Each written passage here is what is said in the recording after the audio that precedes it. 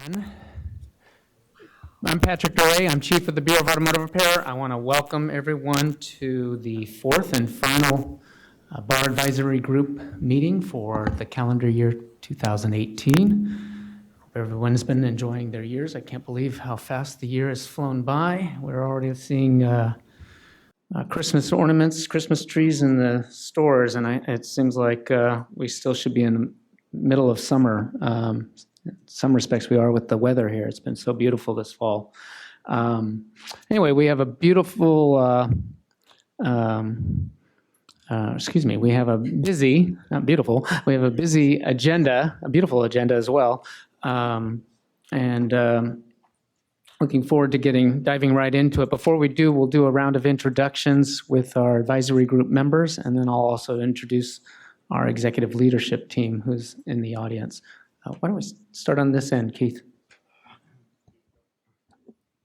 Keith Going with iCar. Megan McKernan, Automobile Club of Southern California. Vince Gregory, AAA Northern California. Jack Moladonov on behalf of the California Auto Body Association. Dave Kusa, Automotive Service Councils of California. Lou Anapolsky, California Midas Dealers Association. Timothy Hatcher, Ammermap, filling in from Jeff Cox. Christy Babb, AOCA Automotive Oil Change Association. Elisa Reinhart with the California New Car Dealers Association. John Gallo, California Automotive Business Coalition. Nikki Ayers with the Independent Automotive Professionals Association. George Ritz, California Automotive Teachers. Rick Escalambre, Automotive Teacher, sitting in for Ruben Parra.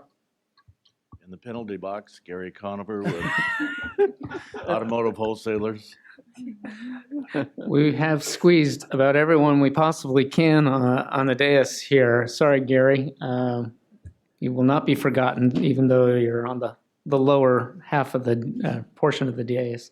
Let's introduce Doug Bellotti, our Assistant Chief, was unable to join us today, but also in the audience we have Shelley Whitaker.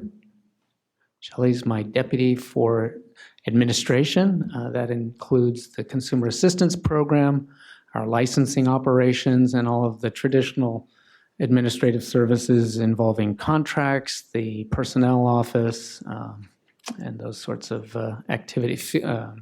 Let's say fleet management and our facilities management and all those other kinds of administrative services. Welcome. And Clay Leake. Clay, where are you? Clay, Deputy Chief for Smog Check and Information Technology and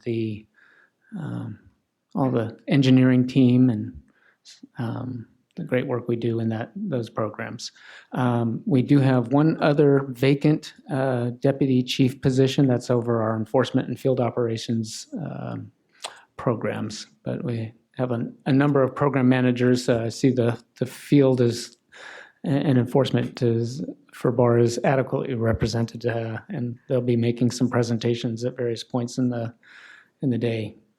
Let me remind everyone before we bring up our first speaker that we are being webcast. This presentation, all the presentations and this entire meeting will be webcast, and if anyone listening in, that webcast information was on our public notice that went out a few weeks ago. Anyone looking to or hoping to participate via a question or a comment as it relates to any of the presentations can do so at the following address, barmeeting@dca.ca.gov. Again, that's bar, B-A-R, meeting, all one word, at dca.ca.gov. Our webcaster is Matt Woodcheck from the Department of Consumer Affairs. Thank you, Matt, for taking on this role. And we will get started. Karen, can you come on up? Oh, I did want to mention before Karen comes up and presents that we will be following today's meeting from 2 to 4. It's scheduled a public workshop on, I think we're calling it collision repair practices. We'll have a parking lot field trip, I'll call it, a demonstration of sorts of some training related activities that are going to begin at the Bureau as involving collision repair starting next week. And for those of you who can stick around for that, I think it's going to really be a pretty exciting and interesting presentation that's we hope to draw up a lot of interest as far as BAR's regulatory role, our current state of regulations in this area, as well as some of the training things that we're doing to kind of raise the bar, so to speak, in the area of collision repair. So hope you can stick around for that. Karen, welcome. Yeah, Karen Nelson is our Assistant Deputy Director of Board and Bureau Services at the Department of Consumer Affairs, and she is going to give us an update, as she has done in the past, on DCA news and updates. And one of the things that we'll talk about, I think, is the Future Leadership Development Program, of which one of our staff has participated in the first round, and now we have another Bureau representative involved in this effort. So thank you for joining us. Thank you. Good morning. Karen Nelson, Assistant Deputy Director with the Office of Board and Bureau Services here at DCA. Good to see you all again. I believe the last time I was up here was in July. I'll try to turn to you as well, Gary, over here. Thanks for allowing us an opportunity to provide a brief update with activities and upcoming things for the department. First of all, with the director's quarterly meeting that was in August 6th and included presentations from the Department of General Services, DCA's Equal Employment Opportunity Office, and DCA's Office of Human Resources. DGS previewed their plan for new construction that will potentially house DCA in 2024. The Equal Employment Opportunity Office provided a primer on implicit bias, and the Office of Human Resources shared some new improvements in HR processes specific to recruitment and adverse actions. The next director's quarterly meeting is scheduled for October 29th, and we'll be sure to send that to the Bureau once that's available. Another update with licensing and enforcement work groups. In August, the licensing work group discussed a tool for streamlining letter generation through the Quality Business Intelligence Reporting Tool, also known as QBERT. This tool is currently available to Breeze programs and will soon be available to all programs in DCA, including the Bureau. And in September, the Enforcement Work Group began looking at Performance Measure 4 and ways to standardize Performance Measure 2, and wanted again to thank the Bureau for sending staff to attend these meetings and contribute to the dialogue so we can really look at best practices and identify how we can all efficiently do those things within the licensing and enforcement realm. The Future Leadership Development Program, which Chief DeRay kind of alluded to earlier, the department held its kickoff meeting with the second cohort of the Future Leadership Development Program in September. And as you may remember, the Future Leadership Development Program was an initiative that launched in August 2017 to develop the best and brightest among the department and its boards and bureaus into future leaders. This program includes executive mentoring, customized leadership training, and project management. Chief DeRay said earlier, the inaugural cohort included one of BAR's representative, Brian Clark, which I believe you'll be hearing from later on today. He was part of the inaugural cohort that consisted of 12 individuals. This year, 7 individuals were selected to be groomed to be future leaders in our department. And as the director says, growing our own and building our bench. And there's two individuals from the second cohort, actually 3, that will be presenting today. Matt Gibson, right there. Matt, raise your hand. Yes, please raise your hand. Thank you. Amelia Hicks, which I believe you'll be hearing from next, back in the audience, and Matthew McLean. They'll be presenting on their project for today. So we'd also like to acknowledge Chief DeRay for his continued support of this program and for being a mentor this year. And as always, if the department can be of service to the Bureau, please let us know. Thank you again for your diligent work. Thank you. Thank you, Karen. I appreciate the update and the lead into the Future Leadership Development Program. I'm sure when people saw that on the agenda and the presenter and your organization that you represented, they were a little bit confused, so I'm glad you did the introduction. Any questions Before you walk away, any questions? Any comments? No? Okay. Thank you very much, Karen. Good to see you again. Boy, we've gotten some new equipment. I really want to thank the department, but it's the loudness of the mic is making it hard to speak for me. I need to take a step back. I can hear it in my brain so loudly.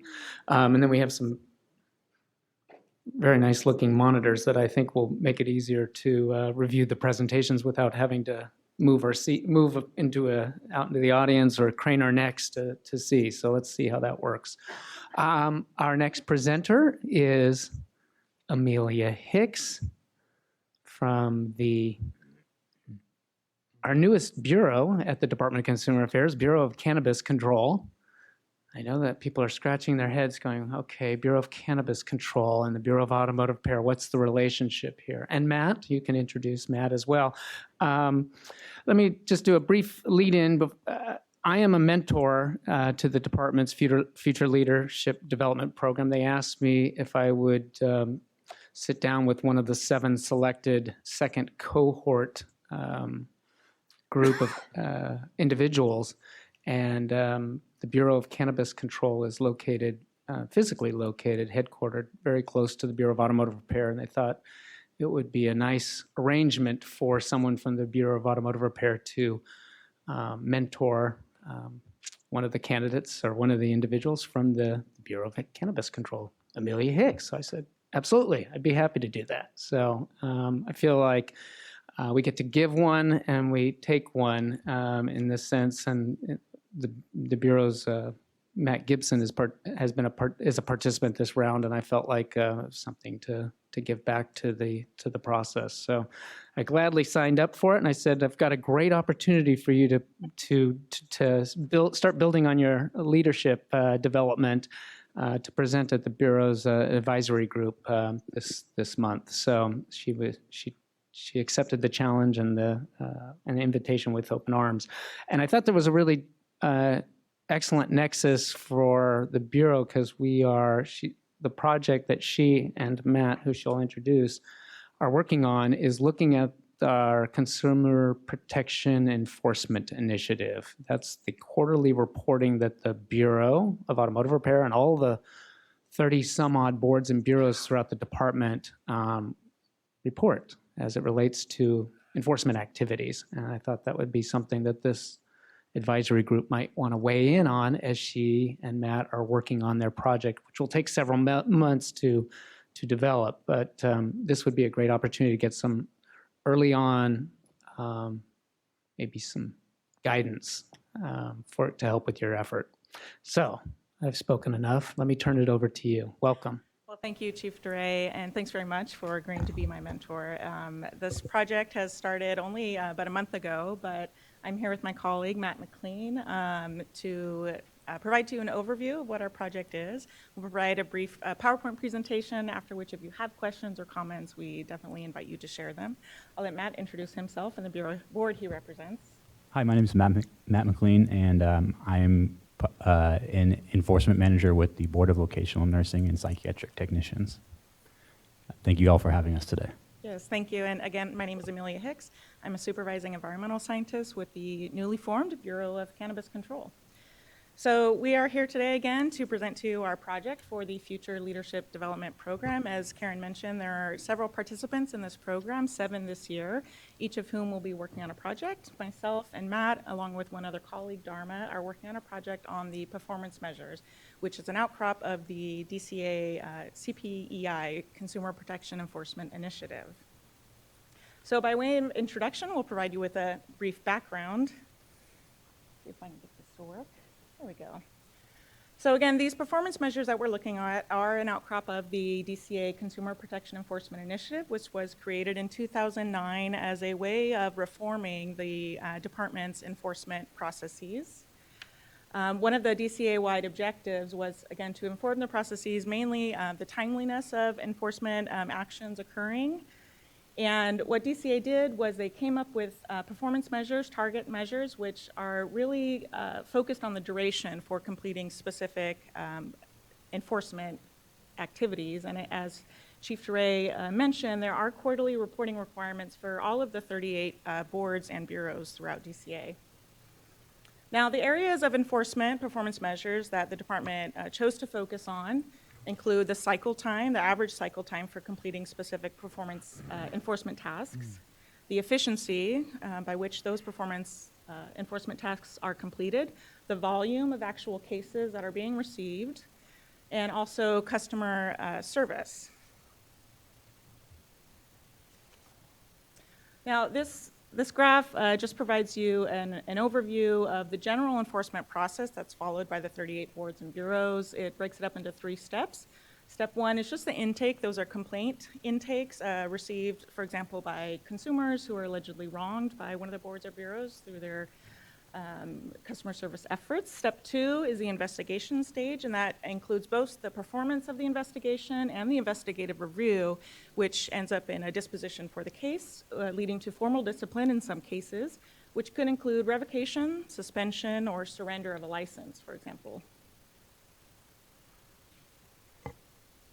Now, overall, there are actually 8 enforcement performance measures. I'll explain to you all 8 of them, and then let you know that we're actually going to focus on just 3 in our project due to the time limitations. Our project will run through March of 2019. So performance measure 1 merely looks at the volume of complaints received by the respective boards and bureaus, and that's a measure that enforcement staff don't have any control over, so to speak. It just tallies the sheer number of complaints being received. The performance measure 2 focuses on the intake, and that's actually the duration of time it takes from the point that the complaint was received to the point that the complaint is assigned to an investigator or an enforcement personnel to take action on. Performance measure 3 is the cycle time and volume of the investigation. So that includes closed investigations that are not referred to the Attorney General's office, and the duration of that entire process. And PM4, which Karen alluded to earlier, accounts for the formal discipline measures in the enforcement process. Those are closed cases referred to the Attorney General's, and also the duration of that process. Performance measures 7 and 8 are focused on probation, intake, and cycle time. So they look at the number of new probation cases, the average number of days it takes to get that probation underway, and the contact with the probationer. And also performance measure 8 looks at the probation violation cases, the average number of days it takes for the probation violation to be reported to the point in time it takes to make an appropriate action. You may have noticed I skipped over performance measure 5 and 6. That was intentional because performance measure 5 and 6, while they are looked at and measured by each of the boards and bureaus, it's not a measure that DCA reports in the quarterly reporting. Those measures are focused on customer service and customer satisfaction aspects. So Matt and I and our colleague Dharma did an initial assessment to determine whether or not this was a project worth pursuing and in what direction it should go. Our initial assessment looked at all the boards and bureaus and their performance in areas performance measure 2, 3, and 4. And we noticed that in performance measures 2 and 3, all the boards and bureaus routinely underperform in their target, meaning that they always meet their target and perform, meet a target that's even, in the case of performance measure 2, 35% below the stated target. In the case of performance measure 3, 18% below the target. And in performance measure 4, an average of 45% above the target it's what's actually performed. Again, performance measure 4 is a performance measure that looks at the cases that are referred to the Attorney General's office. So there are activities occurring that include not only the activities of the enforcement staff in the respective boards and bureaus, but also the time it takes for the Attorney General's office, for example, to do their investigation, gather evidence, and prosecute a case if that's what's warranted. So we determined that while data is important, definitely collecting the right data is essential to be able to reflect accurately DCA's boards and bureaus' performance towards their enforcement processes. So our project, we decided to assess for all the boards and bureaus the degree of deviation from the stated performance target goals and what's actually being performed. And based on our initial assessment, we determined that it may be appropriate to revise those targets. Another aspect of our project is going to look at the time it takes with regard to pending cases, closure of pending cases, and Matt will probably have more to speak on that. Yes. And also what we hope to do in the conclusion of our project is to develop a roadmap that can be used by all boards and bureaus for critically assessing their current performance targets and revising those performance targets so that DCA can be more accurate in their representation of their performance of their enforcement objectives. So this graph, I apologize, the text and the numbers are probably hard to see, but this is a brief representation of, I think we have up here maybe 7 combination of boards and bureaus. And what Matt and I did was assess the performance over just one fiscal year, quarter 1, 2, 3, and 4. And we just wanted to demonstrate in a snapshot what the degree of difference is from, again, the target performance and what's actually being performed. So in the rightmost column is the difference. So we have a wide range of deviation from the target, anywhere from, I think the highest up there we see is 80% below the stated target. That means that particular board or bureau, the court reporters, they met their target nearly all the time and outperformed. And then we have, I guess, at the greatest deviation on the plus side would be nearly 70% for the Physician's Assistants Board. So as you can see, there is a wide range of deviation from what the stated goal is for the CPEI and what's actually being performed by the respective board or bureau. In the case of BAR, the Bureau of Automotive Repairs, we found that for performance measure 2, BAR is actually well exceeding their target performance by 49%. That means that their stated target, they are meeting a target that's 49% what the stated target is, and as well as PM3. And PM4, just only 27% above. But relative to the other boards and bureaus, BAR is actually exceeding their targets well beyond. So in revising the targets or trying to create a roadmap to help boards and bureaus revise their targets, Matt and I determined that we really need to ask some questions about, one, how BAR is really meeting their performance measures all the time and meeting well below, and also with the other boards and bureaus, how are they meeting or not meeting those performance measures?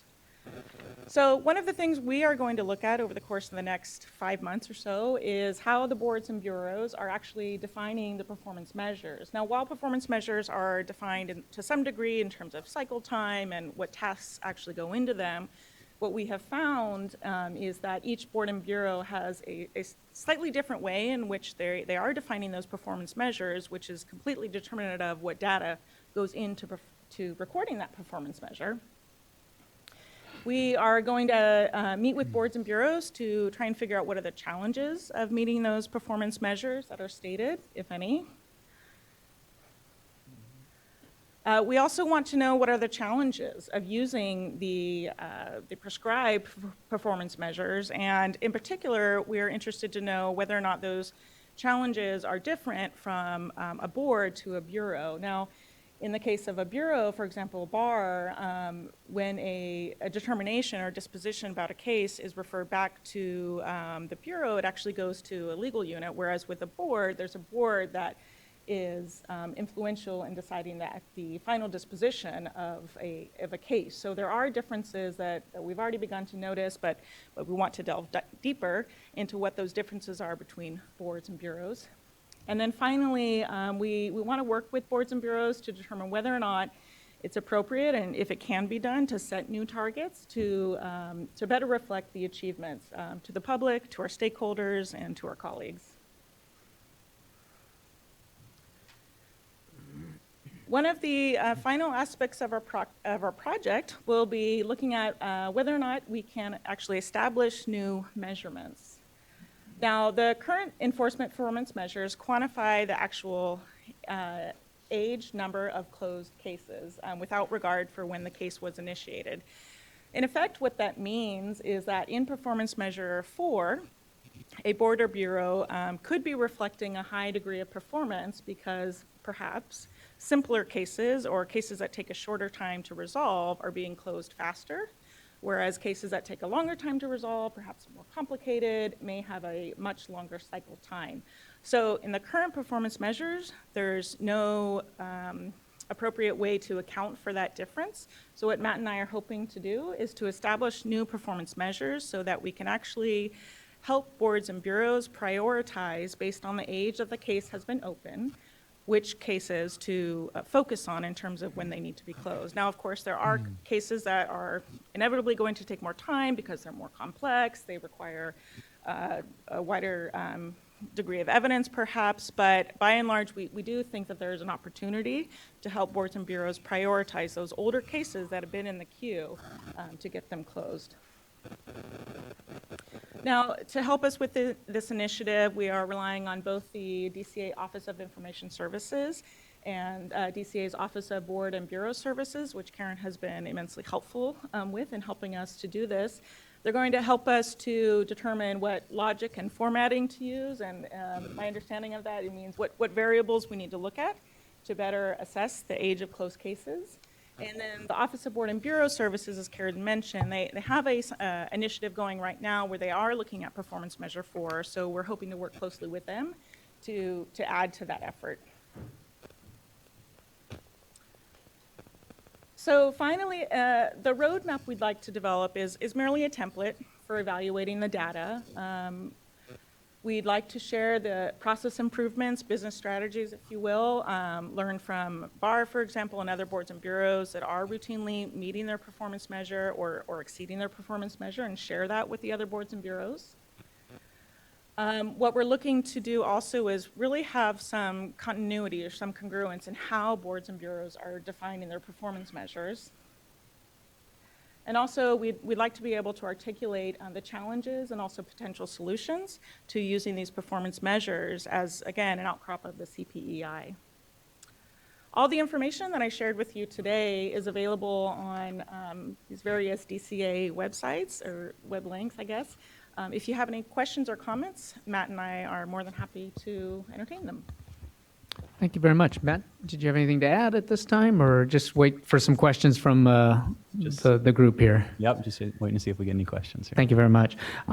Great presentation, Amelia. One of the things I realized in helping you assemble this presentation, actually you put it together, I just provided some feedback, is maybe just didn't jump right out at me. I know it, but maybe for the benefit of the rest of the individuals here at the meeting and here on the advisory group, the target goals for those 3 performance measures. I see them in the chart, but it's right, maybe we thank could you. have had a slide. I should have thought about that.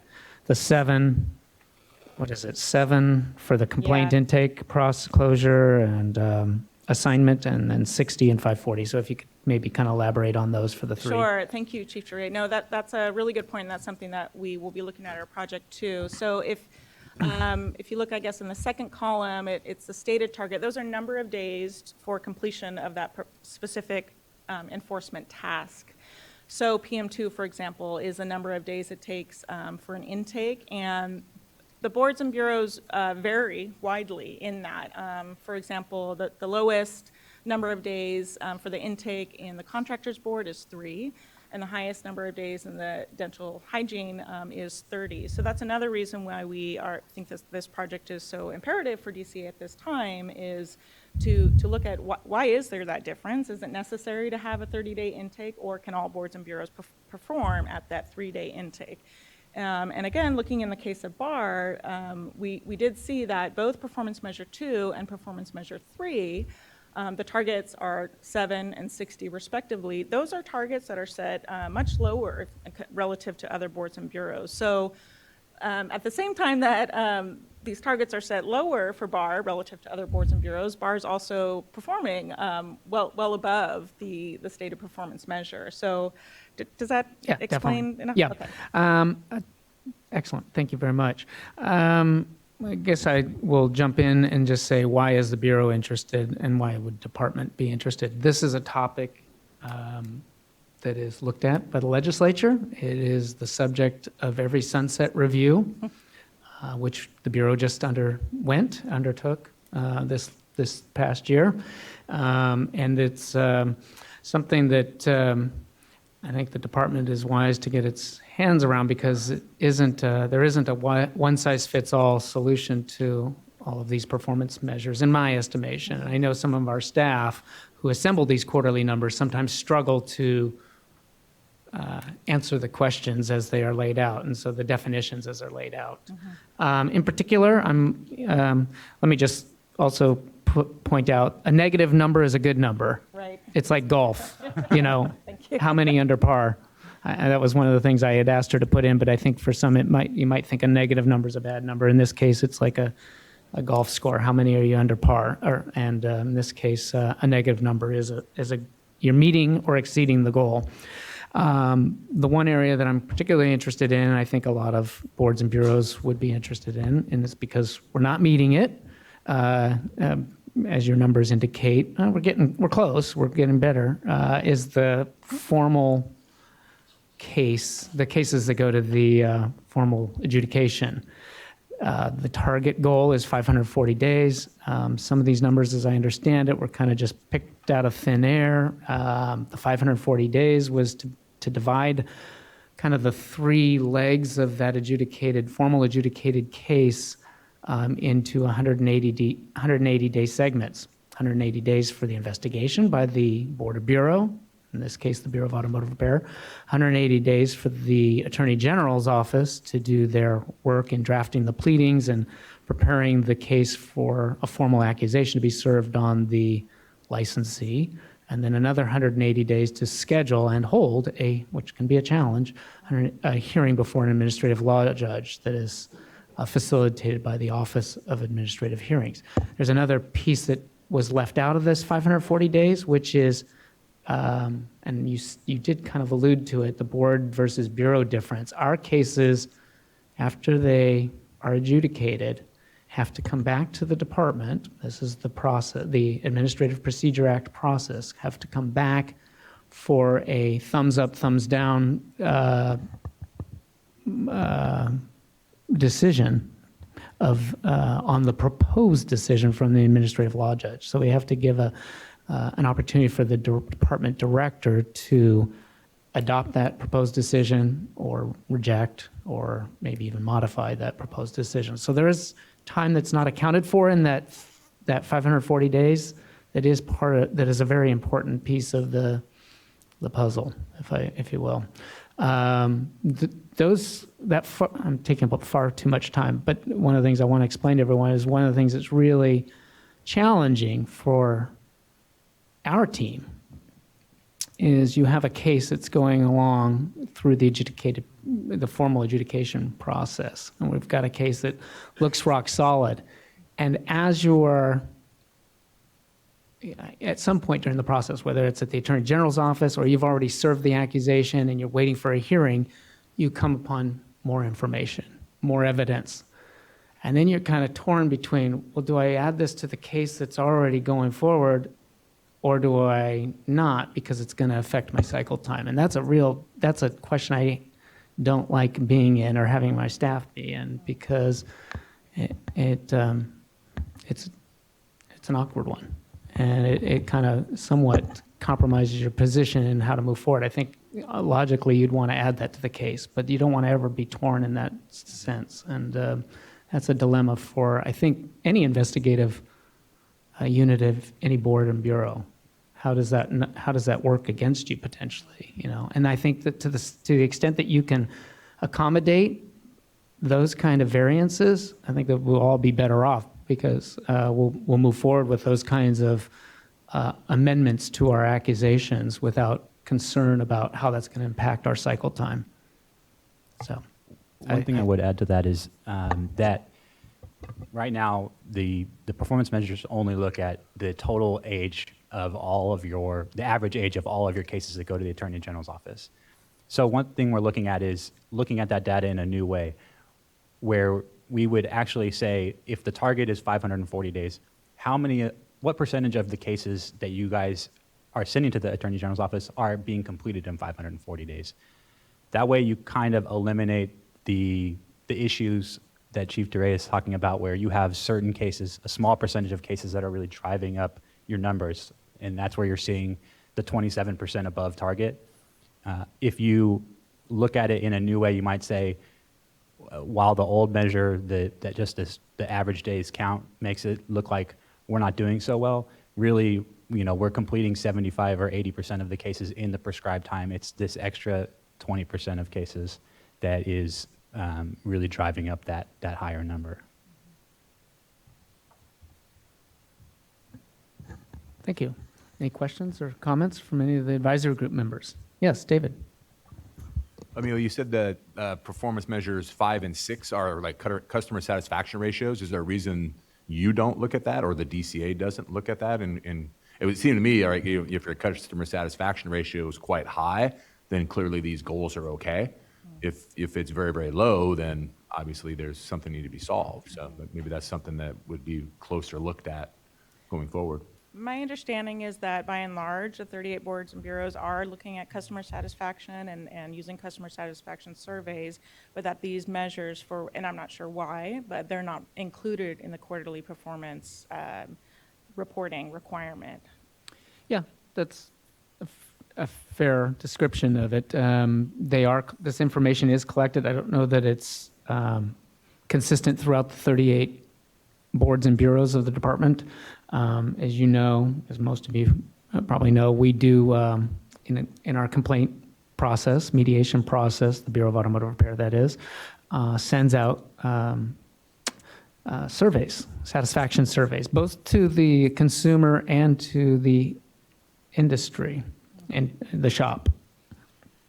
And then we take those results. We do actually report those results. We track them. And that was in our Sunset Review report as well. But that information is not collected and reported as part of the CPEI, or the Consumer Protection Enforcement Initiative. I don't know why that's the case. That's something we'll have to ask the department why that's not. It may be because there isn't not a consistent process for doing that throughout the department. But I know that the Bureau of Automotive Repair does that, and we do report that to the department. We can get some information on that to you. Yeah. Any others? Yeah. John. John Gallo, California Automotive Business Coalition. I think that's been one of the complaints from our members and a lot of the industry members, is the length of time that it takes for them to be notified of an action pending against them. And their concern is, in many cases, if consumers are truly being harmed and it takes 2 years to develop a case, or however long it takes, how many consumers are really being harmed? And in some cases, the person that created the problem for the business is long gone, and then they become aware of this.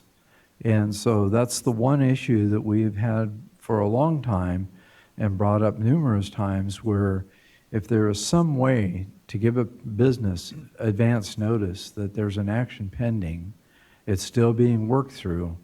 So at least they could take a look at the situation currently and address it as need be, instead of letting this continue on where the owner of the business may not even be aware of what's happening. So just a comment on that. Yeah, thank you. Thank you. One of the things I did feel kind of to point out is that the Attorney General, the other parts of after the investigation has left the Bureau, it goes to the Attorney General's office. So some of that time frame is outside our control. Obviously, the scheduling of the hearing and then it coming back to the department, all of that is out of the Bureau's control in terms of the overall ability to meet that 540-day goal. One of the things that has happened, as I shared with you, and I'll share with everyone else, is that the Attorney General's office is now under some performance measures as well. I'm not terribly familiar with the goals, but it's along the same lines as what we're holding ourselves to with the CPI measures. So maybe at some point we can get a report on that. And I know we've met with Linda Schneider, who's the head of the licensing section at the Attorney General's office, about those goals, those performance goals that the Attorney General's office is held to. Anyway, I'll just end it at that. Any other questions or comments? All right, nothing on the webcast? Okay. Thank you very much. Thank you both. all. Good luck with your Thank you. project. Thank you. All right. And we'll probably invite you back for a wrap-up closer to the end of your project.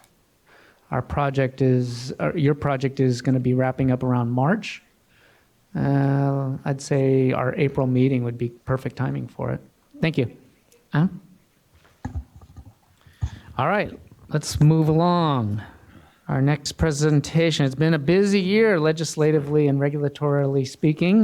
We had a couple of major developments, and here to tell you all about it is Brian Clark. You've already heard his name mentioned, and you've met him before at previous Bar Advisory Group meetings, but he was in the first group, or the first wave, first cohort, as they call it, of the Future Leadership Development Program.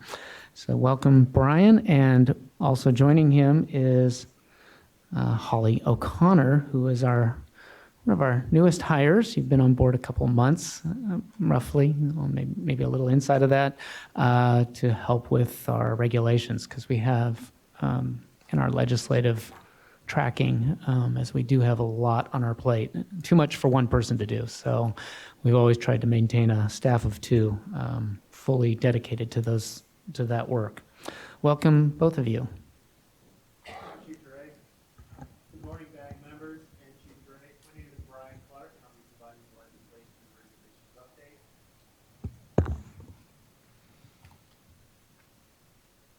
update. Beginning with the legislation, of the 9 bills that we were tracking throughout the year, 4 were signed into law. They have been highlighted as chaptered. AB 2138, AB 2392, AB 2832, and AB 3141. One bill was vetoed by the governor. That was AB 2908. And the rest of the bills died in committee. AB 2138, this was signed by the governor and chaptered by the Secretary of State on September 30th, 2018. Pursuant to AB 2138, beginning in July 1st, 2020, programs within the Department of Consumer Affairs will be restricted in using prior criminal history as grounds for licensing determinations and will be subject to new prohibitions relating to the denial, suspension, and revocation of licensure. There are limits, and there are certain things that the boards and the DCA boards and bureaus can and can't do that's specified in the legislation. Also, the department programs are required to track the data relating to licensure denials and publish that data on its website and submit an annual report to the legislature. AB 2276, motor vehicle insurance, auto body repair. This bill died in committee and was not passed into law. The bill would have created a methodology for insurers to use in surveying auto body repair shops to determine prevailing auto body repair labor rates in a specific geographic area. AB 2932, towing and storage. This was signed by the governor and chaptered on September 17th, 2018. Pursuant to this now law, in January 1st, 2019, all towing and storage fees are required to be reasonable. The statute of the bill creates a presumption for specified fees as reasonable. It also designates certain fees as unreasonable. It requires storage facilities to be open during normal business hours.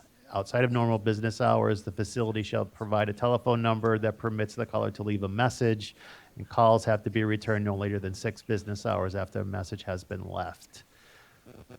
It also requires the posting of a notice that's specified in the statute and to have copies of the notice readily available to the public.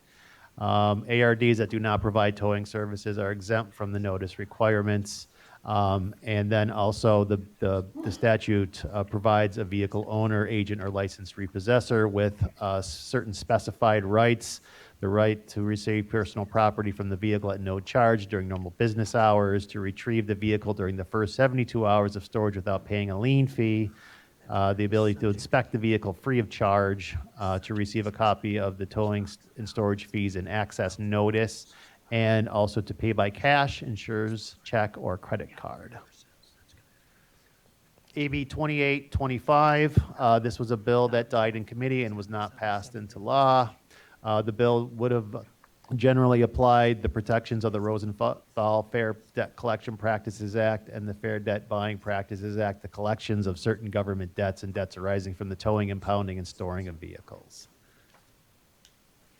AB 2832, lithium-ion vehicle battery recycling advisory group. This was signed by the governor and chaptered on September 27th, 2018. It creates a lithium-ion car battery recycling advisory group to review and advise the legislature on policies pertaining to the recovery and recycling of lithium-ion vehicle batteries.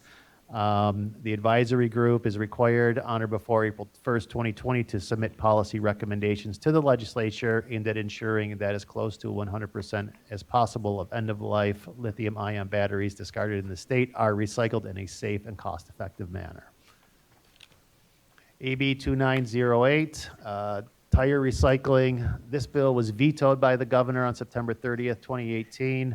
The bill would have required Cal-Recycle to establish an incentive program for entities to purchase waste tire products for incorporation in products for sale for use in local public works projects.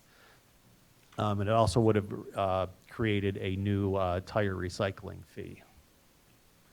AB 3097, smog check report. This also died in committee and was not passed into law.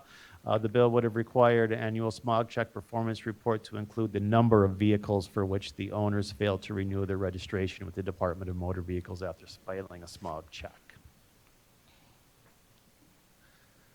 AB 3141, this was signed by the governor and chaptered on September 18th, 2018. This is bar sunset legislation. The sunset date of the Bureau of Automotive Repair has been extended to January 1st, 2023. And also, some late amendments to the bill repealed the exemption for previously specified minor services from the definition of repair of motor vehicles.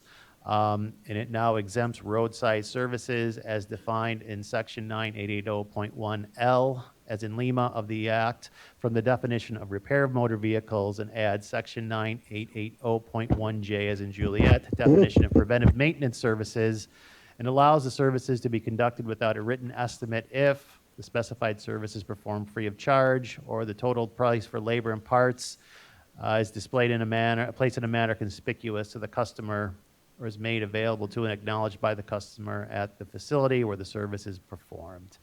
Also, the statute authorizes BAR to access DMV photographic license database for the purpose of enforcing the Automotive Repair Act and the Motor Vehicle Inspection Program.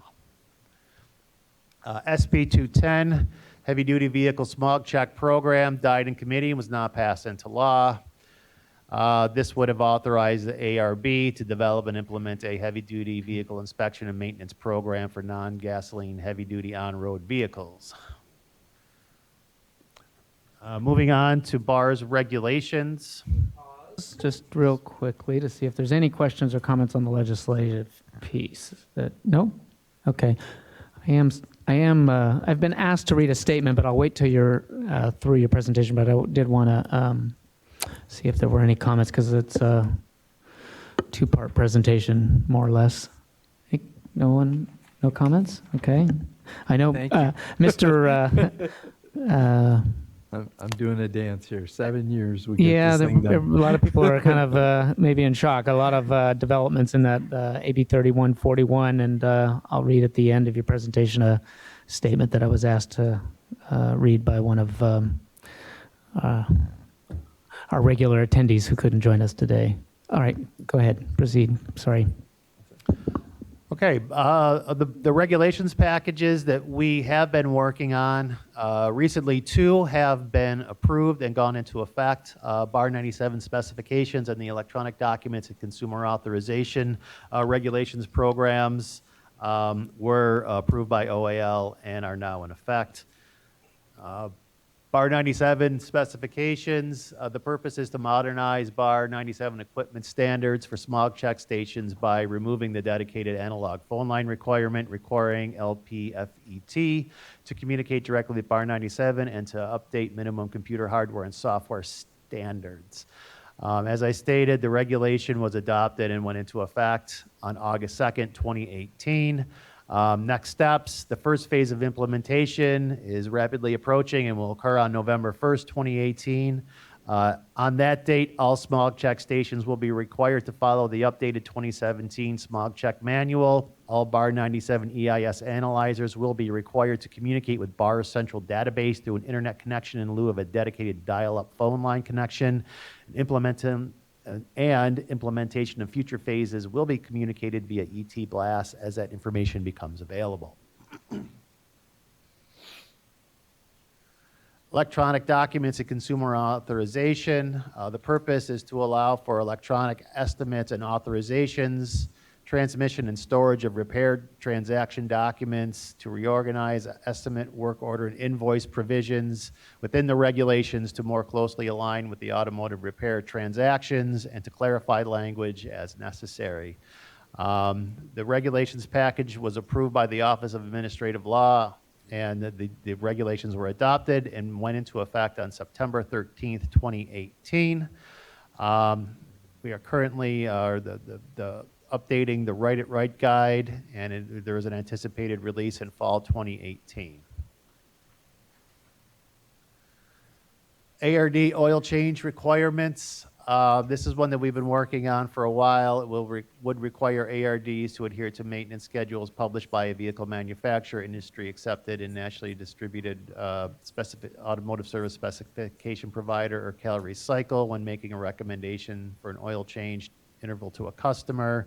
It would require a specified statement to be included on an invoice when an oil change is performed. Currently, we are on hold with this package pending review of AB 3141 implementation. Training provider requirements. This package is intended to make requirements for certification of smog check training providers consistent with current licensing requirements, to authorize training for compliance with laws and regulations, and to make conforming changes to disciplinary guidelines. The package was submitted to DCA for formal review on December 1st, 2017.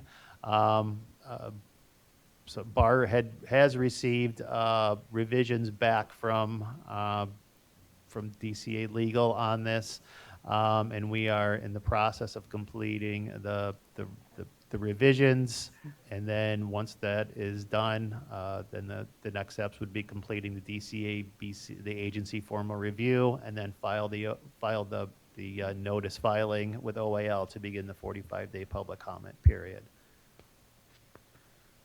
STAR program cleanup. This package is intended to delete outdated Gold Shield program provisions, to amend STAR eligibility criteria, and to revise STAR suspension processes to be consistent with statute. This package was submitted to DCA agency for formal review on May 22nd, 2018. DCA Legal has some recently sent back some revisions that we are currently working on. Once we are able to complete the revisions to get it back to DCA Legal, the next steps would be completing the DCA agency formal review process, and then to file with the Office of Administrative Law to begin the 45-day public comment period.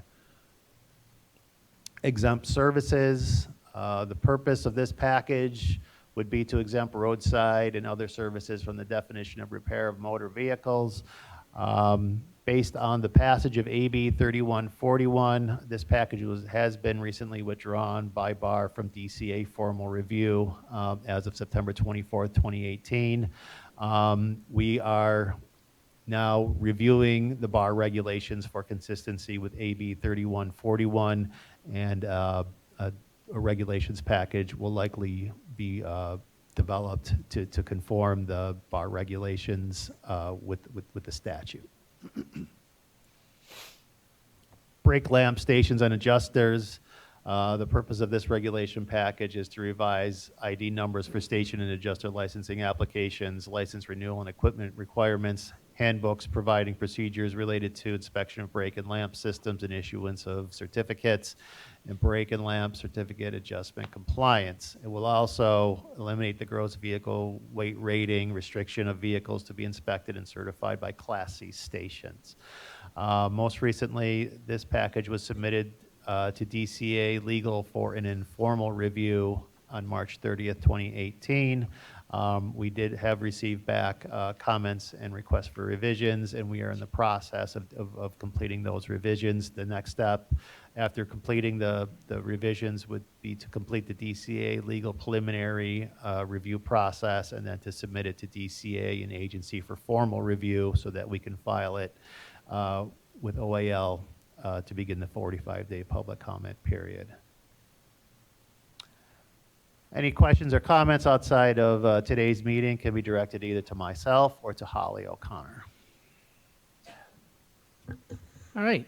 Thank you very much for the presentation. As you saw, a very busy year and a couple of presentations later in the agenda that will touch upon the AB 3141 and what was the reasonable towing and storage fees bill.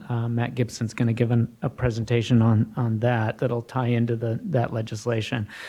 All right, before we take any questions, I was asked, as I said already, to read a statement, and I promised to do so, to our colleague Mike Flanagan, who worked tirelessly on this effort that culminated with the signing of AB 3141. I don't know how many iterations of that bill he had introduced and sponsored in previous legislative sessions. It probably goes back 5-10 years. I don't know. We'd have to ask him personally, but I know that he was pleased with the final outcome, and I agreed at his request to read the following presentation. Good morning, everyone. Can I do it in the same enthusiasm that Mike does? I don't think so, but I'll try to do it justice. Good morning, everyone. I've asked Chief DeRay to share this letter of appreciation and acknowledgement with you. Congratulations to everyone who helped in the remarkable industry-wide effort to get AB 3141 Lowe, Assemblyman Lowe, signed into law. The long overdue overhaul and modernization of our 46-year-old Automotive Repair Act, statutes of 1972. While the industry finally succeeded in attaining a level playing field, the true winners in this landmark legislation are California's automotive repair and service consumers. I wish to extend a special note of appreciation and thanks to Chief Pat DeRay. No, I did not write this presentation, I'm sorry. For his leadership, and to Jack Maladona for his lobbying skills. Jack wrote this, actually. No. And again, thanks to each and every one of you for your support, and to those who participated in the drafting sessions and the myriad other tasks. Enjoy your celebration today, as I know you will, because there's a whole lot to celebrate about. Well, finally, the 7-year well, it said there, I guess he told you, 7 years. Well, finally, the 7-year roller coaster ride is over, and I can hear the heavy-set soprano singing. It's time to pop the corks. Carpe diem. Thank you, Mike Flanagan. All right. Any other comments or questions about the presentation? Okay. Nothing. I think everybody's, I guess, stunned as I am about the developments after 46 long years, although I wasn't here in the beginning. I know some people may have been. Thank you very much. Any comments from the audience or anyone on the webcast? No. All right. We'll charge forward. Thank you very much, Brian and Holly.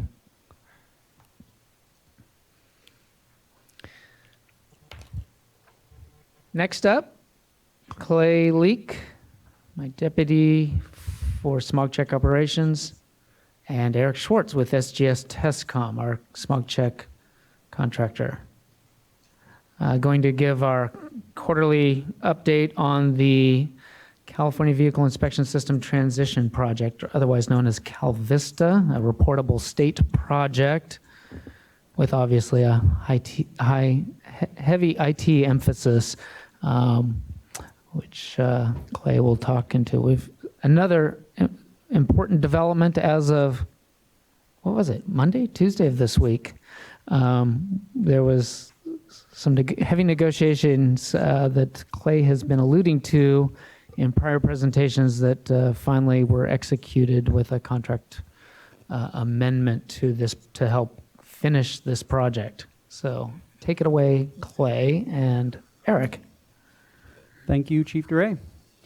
My name's Clay Leake, Deputy Chief over at the bar, and as Pat mentioned, just here to give a quick update on the Cal-Vista project and answer any questions.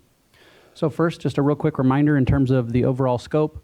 The goals of the project were to negotiate ownership of the system, refresh the system to a state-owned data center, and in parallel with that activity, publish an RFP to obtain ongoing maintenance and operation services in support of the California Vehicle Inspection System, which really supports all that is smog check.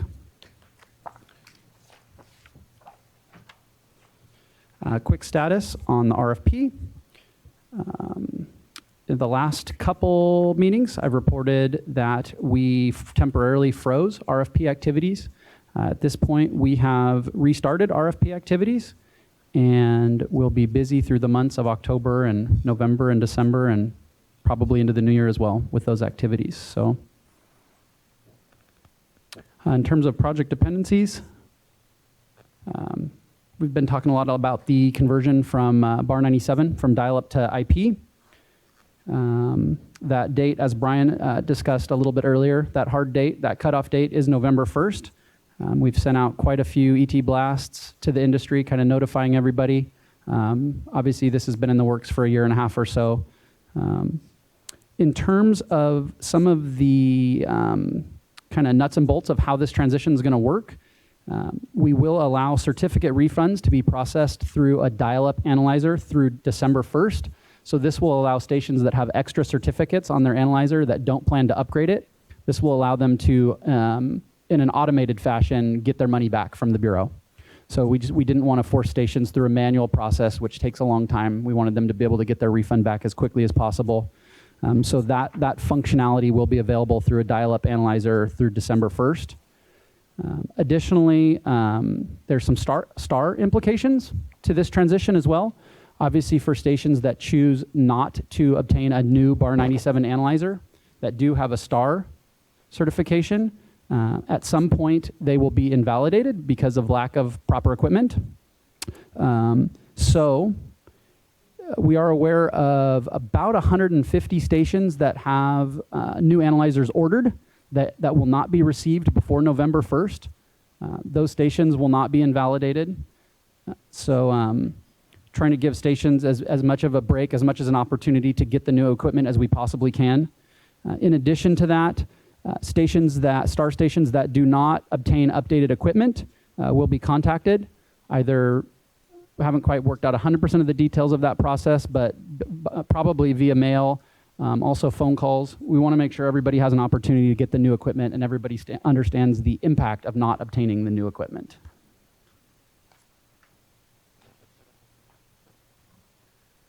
So a quick update just in terms of overall numbers of folks that have obtained new analyzers. Probably as of as of October 1st, 3,583. That number is probably closer to 3,700 at this point. We're seeing about 50 a week deployed.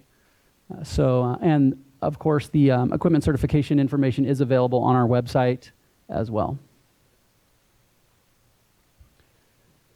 So, as Pat mentioned, the state has been in negotiations with SGS Testcom for some time, and I am finally in a position to provide a summary of those negotiations and the amendment number 9, which was executed Monday. So, in terms of a duration, the contract with SGS Testcom has been extended 11 months from 12/1 of 18 to 10/31 of 19. The cost per test has been reduced from $1.33 to $1.08. Really no material changes to scope. The scope of the project really remains intact, which is refreshing the system to OTEC and transitioning ownership to the state.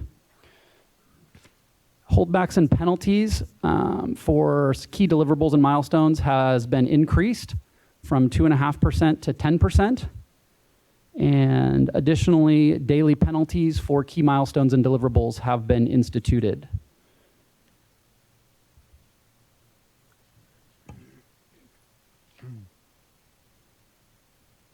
In terms of the overall timeline, the dates that have changed are in red up here. So the new date for successful transition of the system to OTEC is 4/1/2019. The RFP has also been slated to be awarded on that same day. And the contract is scheduled to be transitioned on 10/31/2019, which is when the current contract expires. Any questions? Maybe I'll field questions before Eric goes ahead and dives into kind of some more of the detailed milestones and status of the project. Any questions or comments for Clay? Oh, Jack. Jack Molodanoff, California Auto Body Association. Thanks, Clay, for the update. I have a few questions on your presentation. The Cal-Vista negotiation summary, which was on page, I think it was your slide 6. So the contract you said has been extended for 11 months? Is that correct? 11 months. Is that so? After 11 months, is there an option to extend again, or how does that? Is this just a hard 11 months?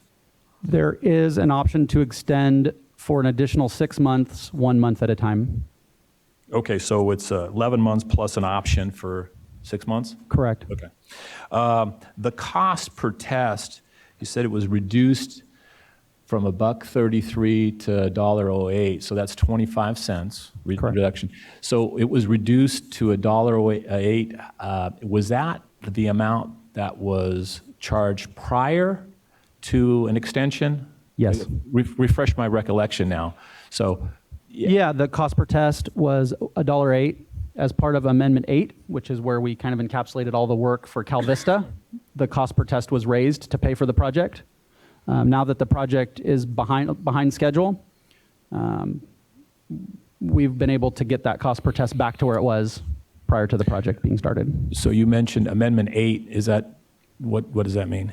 Amendment 8 was the amendment that basically codified all the statement of work for the state to take ownership of the system and SGS to transition the system to OTEC. So that cost, that increased the cost to the facilities, the shops, right? They had to pay the extra cost. They either ate it or pass it on to a consumer, right? The 25 cents? Correct. Okay. And when was that Amendment 8, when did that 25 extra cents start? Gosh, How long I don't ago? know the exact date. A couple years ago. Was it? December 1st, 2016 sounds about right. Okay. All right. So that was to pay for the data transfer, the extra 25 cents. It was to pay for the increased amount of work for SGS to move the system to OTEC and for the state to take ownership of the entire system, correct? Good. Okay.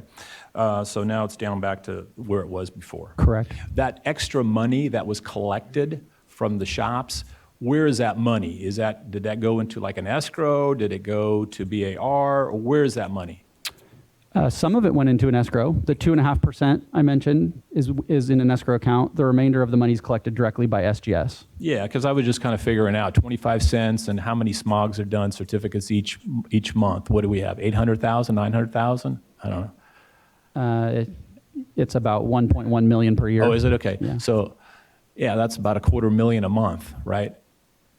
$250,000. I'm just trying to figure out the numbers. It's about a million smogs a month or 12 million a year. Yeah. I'm just doing the numbers. So 250,000 a month, and you mentioned a couple years. So 2.5. That's about about $6 million that's been collected. The 25 cents for 2 years. Something like that. Okay. Yeah. All right. Okay. And some of that money is in escrow, and some of the money went to, I assume, to SGS to pay for the transfer, right? Yes, SGS bills smog check stations directly with that cost per test. Yeah. Okay, thank you for that. And then also, with respect to the RFP status, the bids were due, or at least the final bids were received were February of 2018 this year, right? Correct. Okay.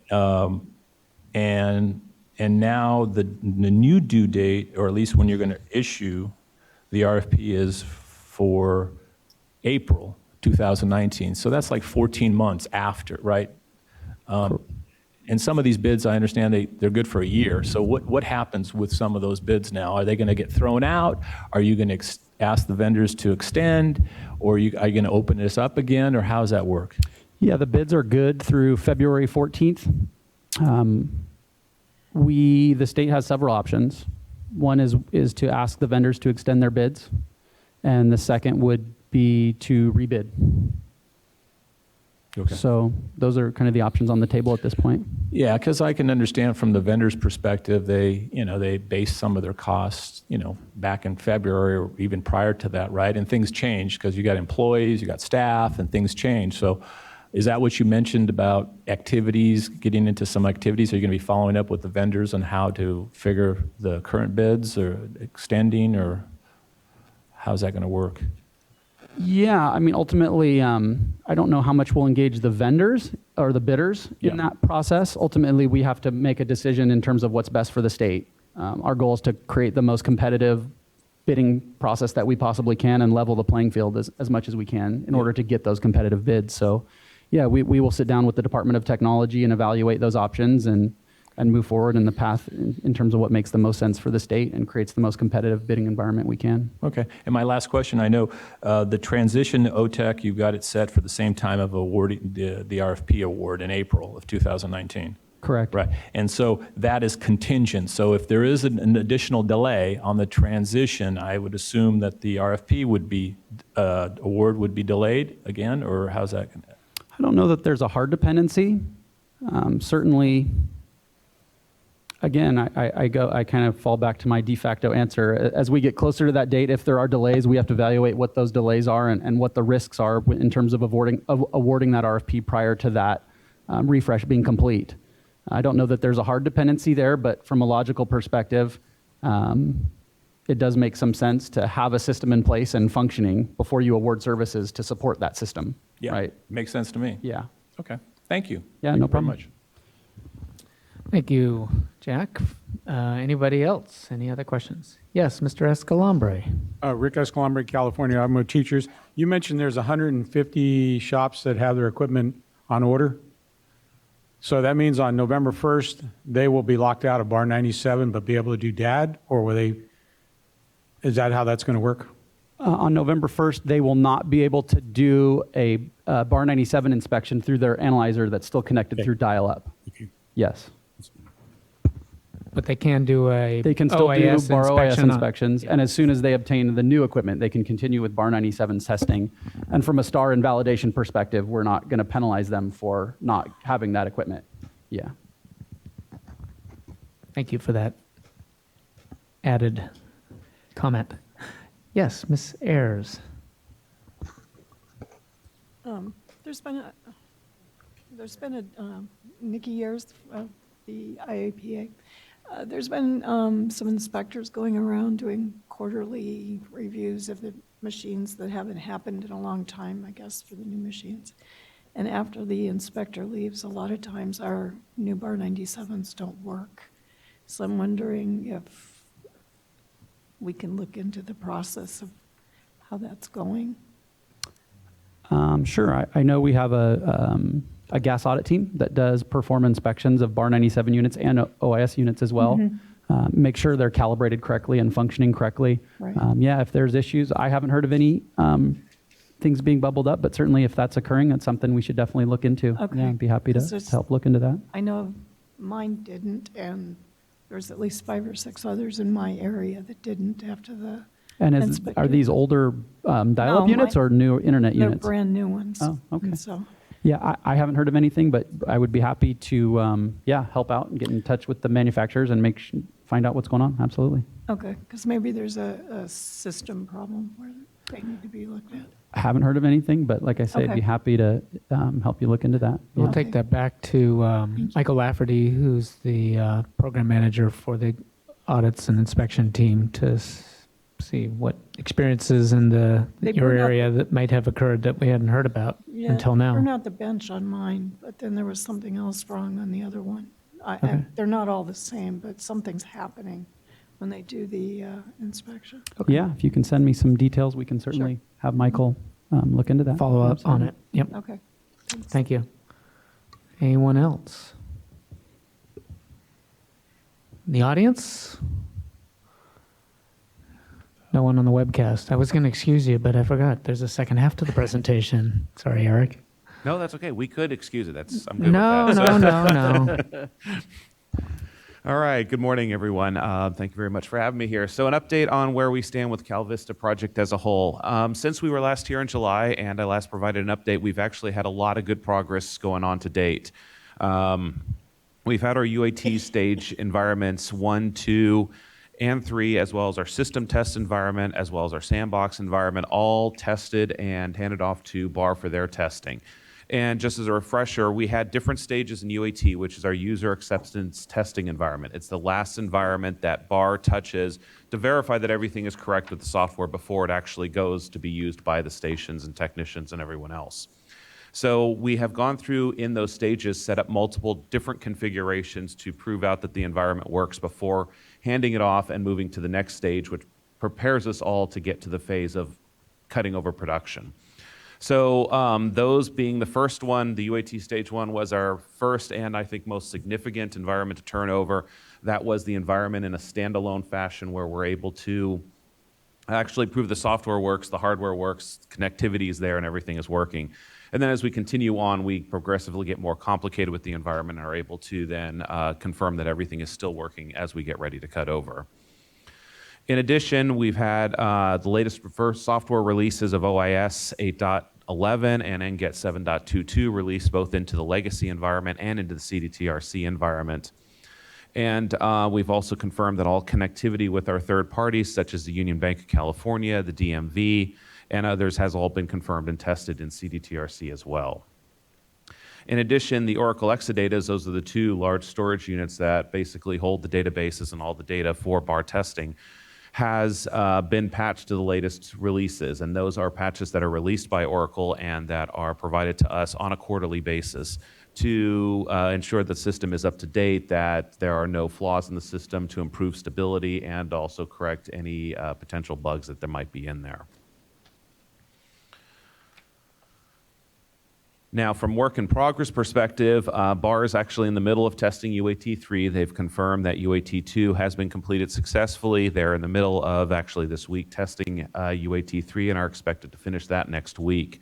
They also have Sandbox 1, which is basically another environment that's used for testing purposes. They're going to be checking that environment as well and confirming that and providing sign-off to that. In addition, stage 4 is being set up, and stage 4 is basically the last phase that we do before we actually cut over users. So we set the environment up, and then we actually cut over all the stations and technicians to this new environment in CDTRC. When we do it in UAT, that's basically a dry run for how we'll do it when we get to the production environment, the live environment, where actual stations and technicians will then be moved to CDTRC. So this is a good dry run, and we'll be able to identify any issues or concerns here and also ensure that all the steps that we have for completing this are correct and will be effective in production and not present any issues. We're also in the middle of actually reviewing the cutover plan with BAR, between BAR and SGS. We're reviewing that. We've had a couple reviews already and have a few more scheduled. And so that way, both BAR and SGS are on the same page and everyone's aware, because there are some dependent activities that BAR has to do in alignment with SGS when we start moving the stations over. So we want to make sure that everyone is fully aware of what they're doing, how they're doing it, when we're doing it, and the order that we're doing it in. The statement of work and vendor selection for a third-party security audit. So this is a requirement in the SOW to provide an audit of the new environment and all the software and systems there. That's in progress right now as well. We are in talks with a couple different vendors to see who has the availability and will be able to successfully complete the audit in the time required. In addition, the certification of the disaster recovery Exadata, this is the third one, so there's 2 in CDTRC and then there's 1 in our DR site that's located in San Diego. That one, by the end of this month, will be up and running and certified by Oracle as well. That'll allow us to complete the build out of the DR environment in San Diego, and DR being disaster recovery. Complete that environment there and begin getting that environment ready for testing as well. And then additionally, the final item that's in progress is the permanent network lines. Currently, we're using existing network lines to get into that DR environment, but there's new ones that are going in for that, and that's going to be completed as well. As we move into our next steps, we are basically going to complete UAT stages 4, 5, and 6. And this, again, 4 is the cutover.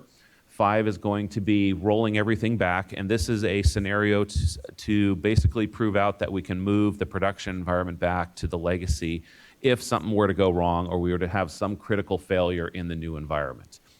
And then 6 is moving it all back forward again. So this is really just, again, an exercise to prove it out. This will never, hopefully never happen in production, fingers crossed, knock on wood and everything else. Will not happen in production, but it is to provide that assurances that it can be done if needed be.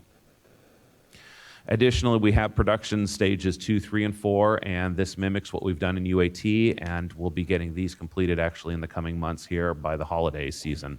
This gets all of our replication set up with the legacy environment. This gets our interfaces connected to CDTRC, and as well gets the production users cut over, being the stations and technicians and such. And then we'll also complete the disaster recovery build out and test that environment as well, and complete a full failover test from the CDTRC environment to the disaster recovery and then back again. So that'll prove the viability of the DR environment and the high availability that was designed in the system originally. Now, when I was back here in July, last July there, presented about 5 milestones here that you see up on the screen and the dates that we had targeted for all of them. I just wanted to give a slight report on where we stood with these and to show that they have so far been completed. And as you can see on there, some of them were completed in July, others in August, and the latest one, the UAT Stage 3, was completed on October 10th. As for the upcoming milestones, these align with the signed amendment number 9 that Clay was talking about earlier, and these are the dates that we have for the upcoming environment all the way to the project completing on October 30th of 2019. At this time, we are on track, and I can say for the UAT stages 4 and 5, we are on track to complete these on time at this time for the ones that are coming up this month. It'll be very nice actually to return, I think in March, the next spring board meeting there, and have actually a lot of these completed and be pretty much completed with cutover by then. Any questions?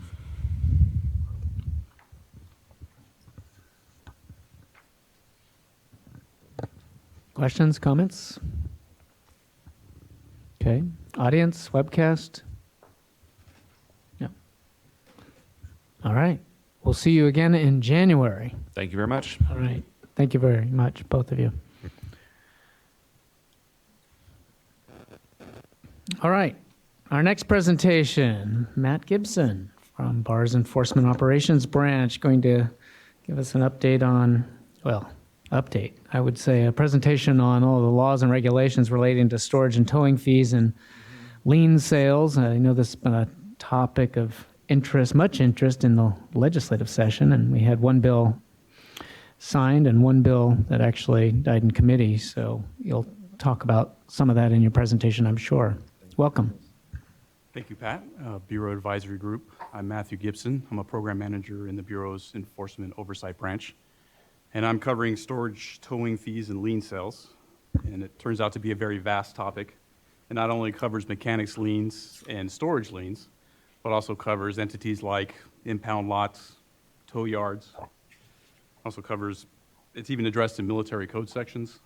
So my intent is to keep my presentation focused on the parts of this topic that Bureau deals with on the most frequent basis. So, to lend clarity to this topic, a lien is a right to keep possession of property belonging to another person until a debt owed by that person is discharged. This right is provided for mechanics, persons furnishing materials, artisans, and laborers under every class, laborers of every class under the California Constitution. And I feel like it's important to cover that because in conversations regarding storage fees and lien sales, we have a tendency to use the term lien and lien sale interchangeably when it's not really the same thing. So in my presentation, I'll be covering when a lien sale arises and when a facility has a responsibility to file with DMV for authorization to conduct a lien sale. But in the context of my presentation, a lien sale is when a facility, with the authorization of the Department of Motor Vehicles, sells the vehicle of another person to satisfy an unpaid repair or storage debt. But anyway, towing, storage fees, those are primarily governed by vehicle code, and lien sales are primarily governed by the civil code. So this is a flow chart that has to do with storage fees and lien sales related to a regular automotive transaction. So starting off, when the vehicle is driven in or towed into a repair facility, the transaction begins when the vehicle is driven in or towed into the repair shop, and there's an expectation that repairs are going to be performed. The facility gets authorization to perform the repairs, and the contractor repairs are completed. The lien arises upon the invoice for the completed repairs being presented to the consumer, or 15 days after the contractor repairs are completed. A repair facility can begin charging storage fees the first 15 days after the lien arises. And after a 3-day notification period that follows the first 15 days, the storage fees can continue. But whether the storage fees are assessed by the facility or not, an automotive repair dealer or a facility has 30 days after the lien arises to file with DMV for authorization to conduct a lien sale. There are some limits on the amount that can be charged for the release of a vehicle, and that would include $1,500 for repairs, $1,025 for storage if it's the owner requested repairs, $1,250 for storage if the repairs were requested by somebody other than the owner. And there's a provision for $1,750 for attorney fees. That's only applicable if there's an action brought by the consumer, alleging that the vehicle was inappropriately being withheld. The next slide is a flow chart related to storage fee and lien sales for a storage yard. So the vehicle is driven in or towed into this facility, but there's no expectation that repairs are going to be performed. So this facility is acting in the capacity of a storage yard, and the lien arises when the facility takes possession of the vehicle. And possession can be when the vehicle is delivered to their facility or when they go and tow the vehicle from wherever it was located at. What happens next depends on how much the vehicle is deemed to be worth. So on the left-hand side of the flow chart, if the vehicle is deemed to be worth less than $4,000, the facility has 15 days after the lien arises to file with DMV for authorization to conduct a lien sale. And no storage fees can accrue past 15 days unless the lien sale proceedings have commenced. And storage fees shall not exceed 60 days. On the right side of the flow chart, if the vehicle is deemed to be worth more than $4,000, storage fees shall not exceed 120 days, and the facility must have filed with DMV for authorization to conduct a lien sale within that time. So to go into some of the information that Brian and Holly covered earlier, and legislation from 2018 that covered storage, towing fees, and lien sales, Assembly Bill 2392, which was passed and signed into law, made changes to 3 vehicle code sections that governed towing and storage fees. And it made sure that insurance companies were obligated to allow consumers a repair facility of choice. It made sure that insurance companies were permitted to inspect stored vehicles at no charge. It set a standard that storage rates must be reasonable, and it defined reasonable and unreasonable fees.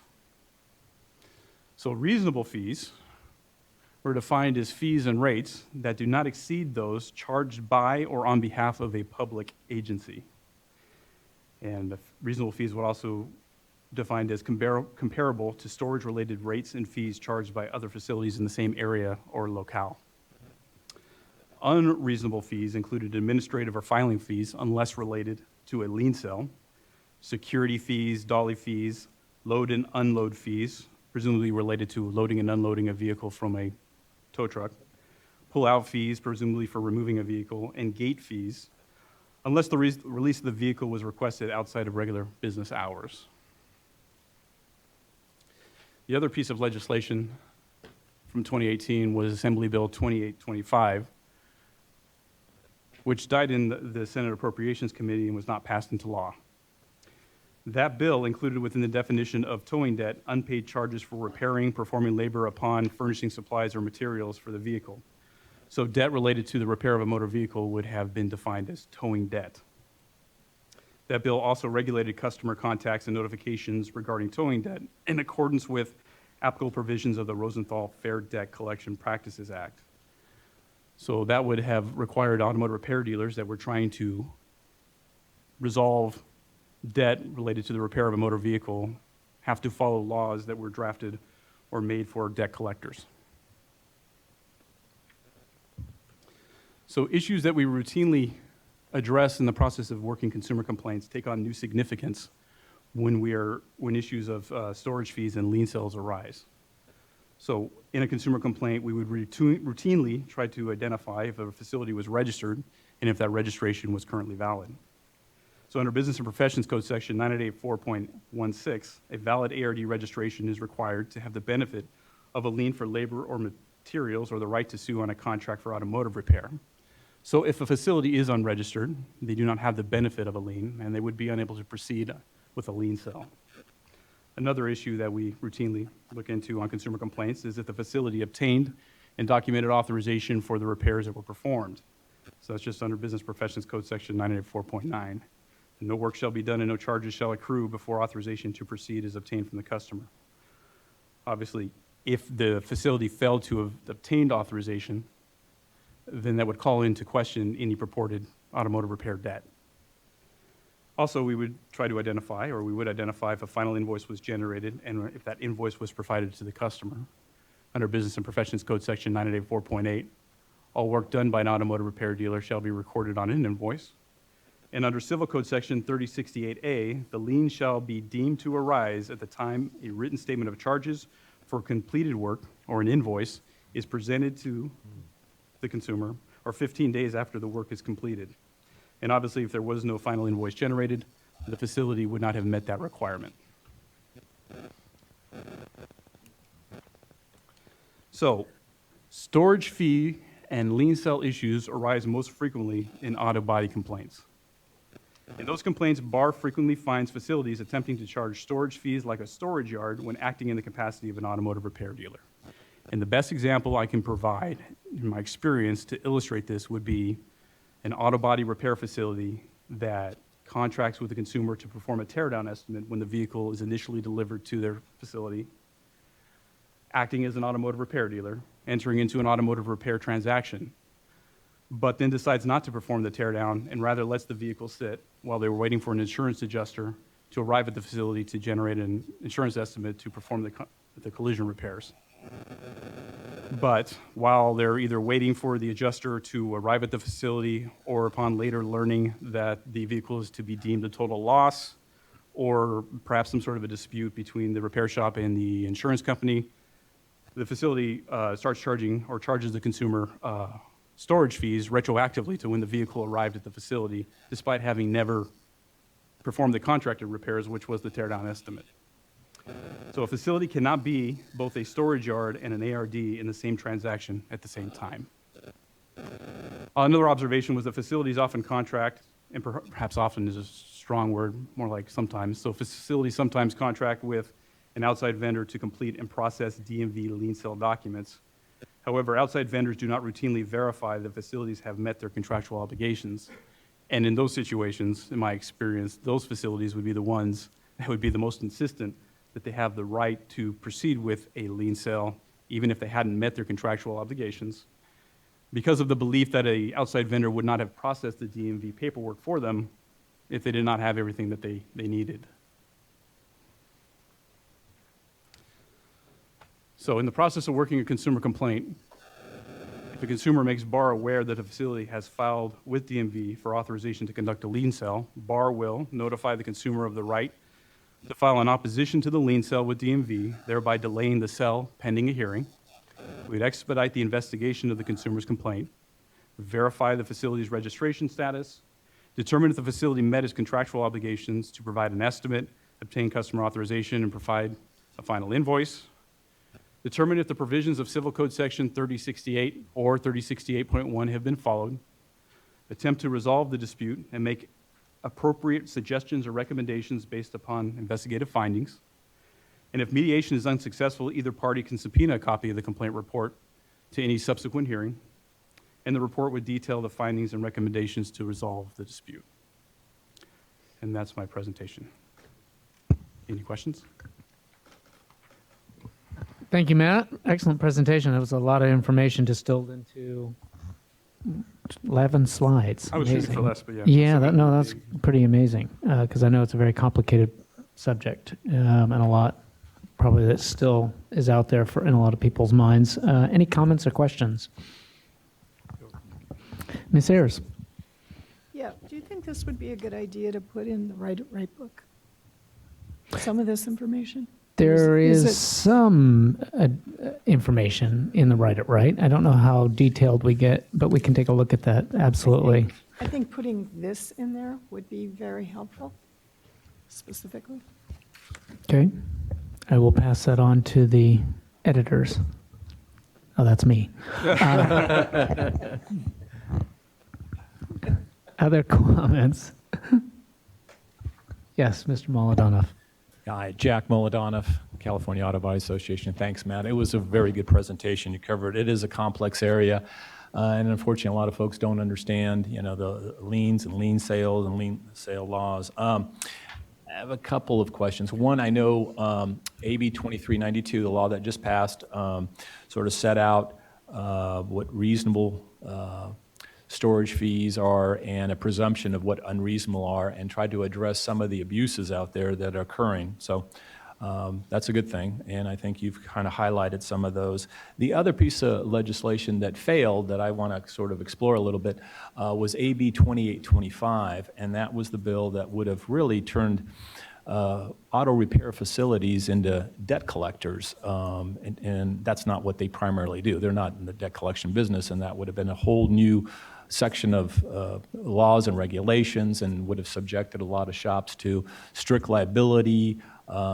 It would have restricted communications with their customers. So once the lien arises, if they wanted to contact their customer to pick up the vehicle and they sent a text or email or a phone call and the customer didn't respond, and they sent another one, that could have been repeated communication, and that could have been subject them to penalties and all that. So, but the author of that bill was really trying to address some abuses out there, which are legitimate abuses that have occurred in the lien sale process. So I just wanted to follow up on some of the things that the BAR is currently doing, and maybe some things that they can maybe do further do to help consumers out there. I think the first question is, I know that they were trying to address consumers that may be low-income folks, maybe with language issues. So the BR does, if someone contacts and someone speaks Spanish or Vietnamese, you can communicate with them, correct? Yes, we can, and we do. We do, okay. Yeah. Okay, so the one thing during this process you described is sometimes the consumer does not know that a BAR exists. They just don't know. So as they're going through this process, they feel like maybe they've been taken advantage of. How does, and I know that shops are required to post a sign, and maybe they can't see the sign, but they really are not aware of the BAR. And the first time maybe the consumer knows that their car, they can lose their car is during a lien sale. Do you know whether the DMV, when the paperwork is filed, does the DMV in their notice, the lien sale, when they contact the owner, telling them that your car is going to go into the lien sale, do they let them know that the BAR is out there that could maybe help and look at the paperwork? I don't believe they do. I was going to say, there's a caveat to this in that the notification of the consumer happens in two different ways, depending on how much the vehicle is deemed to be worth. The responsibility to notify the consumer for a vehicle less than $4,000 falls on the responsibility of the person filing with DMV. Over $4,000, the DMV itself is the one who sends a notification to the consumer.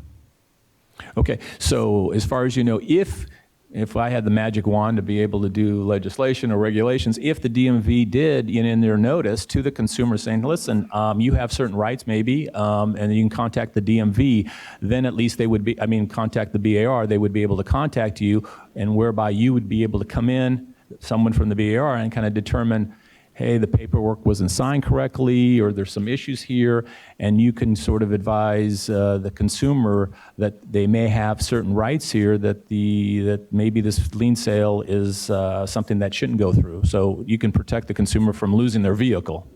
We would investigate it to make a determination about whether it was appropriately applied or not. Right. So if there's a concern, if they didn't get authorization, right? If they didn't If get there was proper. violations that impacted their, if they didn't meet their contractual obligations, right? Yeah. Then that would be something that we would probably end up making a recommendation based upon. Right. And that would be in some sort of paperwork that would be maybe available to a small claims judge if they went to court. Is that correct? Well, all of our, any violations that we identify, any recommendations that we make, all the investigative steps are recorded in our complaint investigative report that, yes, is available and can be subpoenaed to small claims court. Yeah, well, this is interesting because I didn't know how the role the BAR plays in the lien sale process. Usually consumers are going to lose their vehicle and maybe they're low income, maybe they can't speak, English or something, and they need some assistance, and BAR may be able, they look and investigate. They may find nothing, everything was done correctly, or they may find something wrong, or at least someone is out there, a third party, maybe looking out and being able to investigate here. And some folks don't realize the role you can play to assist consumers, possibility of not losing their vehicles here. And that's why I was pursuing this line of questioning with regard to the DMV, and maybe they could play a bigger role in advising consumers that there is a BAR out there that may be able to investigate. That's a good point. We'll follow up with DMV and see what the notification process involves, and the wording of the notice. And I'm not sure exactly what influence we could have in that area, but we can certainly open up the discussion with our friends at DMV. Okay. Well, thank you, Matt. I think it was a very good presentation, and I like Nikki's idea about some of the stuff you presented in a very easy format, that it could be somehow, if it's too late for the Write It Right, maybe it can go into a newsletter or something like that, which is a lot easier. But thank you. Good work. Thank you, Jack. Other comments? Mr. Gallo. I want to echo both Jack and Nikki's comments on just the presentation overall and all the work that was done on the flow charts. Because, our phones have lit up over questions on this whole new regulation and what it's going to mean for the consumer, what it's going to mean for repair shops. And I think to Jack's point, I think one thing that if it's not fitting to put it into the Write It Right, maybe you could create a separate consumer brochure that kind of walks them through a flow chart. You've got it on Break and Lamp and all the other things. I think it'd be as helpful for the industry as it would for the consumers. But thank you very much for your presentation. Thank you for the suggestion. Other comments, questions? Mr. Kusa. Matthew Dave Kusa, Automotive Service Council, California. On slide 3, the $1,500 lien limit for repairs, the asterisk unless prior authorization obtained from the legal owner or leaser. So my assumption on that is, if the repairs were over $1,500 with authorization, then the lien could be for that authorized amount. That is correct. Would there ever be a case where it would be $1,500 or less and there was no authorization and we could still file a lien? If you didn't have authorization for the amount you performed repairs, we would have a problem. We couldn't file a lien, right? Well, you wouldn't have met your contractual obligation, you wouldn't have a contract, you wouldn't have the benefit of a lien. So there would be an issue that we would be dealing with. Right. So I'm a little unclear on why there's that particular limit. I don't know. Oh, okay. Good answer. Thank you. Let me, Jack Mulladon, if I can answer that question. good. It really has to do with the third party, like a Bank of America or finance company. They have certain rights themselves. So if a facility, a repair shop charges over the $1,500, they do have proper authorization from the customer, and the customer then walks away from the vehicle, and they do conduct a lien sale. One of the lien holder, like the Bank of America or one of the finance companies, once they receive notice, they can actually come in to the facility and take that vehicle, and are limited. It's a cap, so they pay $1,500 for repairs, and then whatever storage is capped as well. So those situations occur, and in cases of an auto body, because I know I'm familiar with that you can have a $10,000 or $15,000 repair. The finance company can they get a windfall. They can actually get a windfall, take the vehicle, come and take it from the facility, like a repossession usually because the customer didn't pay, and so they'll take the vehicle, and that's all they have to pay. So that's the reason for it. It's the protection of the the finance company. Yeah, And I that have legal received calls- distinction between legal owner and registered owner. Yes, yes, you're right, yeah. And I've received calls like that before, where the facility's calling, asking the question about why that's happening. So it's not uncommon. All right, any others? Audience? Webcast? I have one more question. Oh, I'm sorry. Nikki Ayers. Sorry. A lot of times on our repair orders, we have boilerplate, pretty much language that we have to have on our repair orders for storage fees and things like that. Is this going to change what we have to have for our repair orders? Nothing I covered would have changed that. Okay, so we're not gonna, there's nothing specific that's got to be on our repair order? Not on the paperwork. If, again, you would follow the regular, this issue would arise at the completion of the transaction. You know, you're done with the repairs, you're presenting the final invoice or trying to present the final invoice, and they won't pay or you can't find them. Mm-hmm. Nothing additional, I don't believe, would have to have been on your estimate or invoice in that situation. Okay, because ours states what our, There are some posting requirements related to storage fees for shops that aren't ARDs, you know, storage facilities. But those are supposed to be posted in a public space. There's some requirements for what's supposed to be on there. And there's handouts that are supposed to be available or provided upon request. But again, those are not, they're exempt, the automotive repair dealers are exempted from those requirements.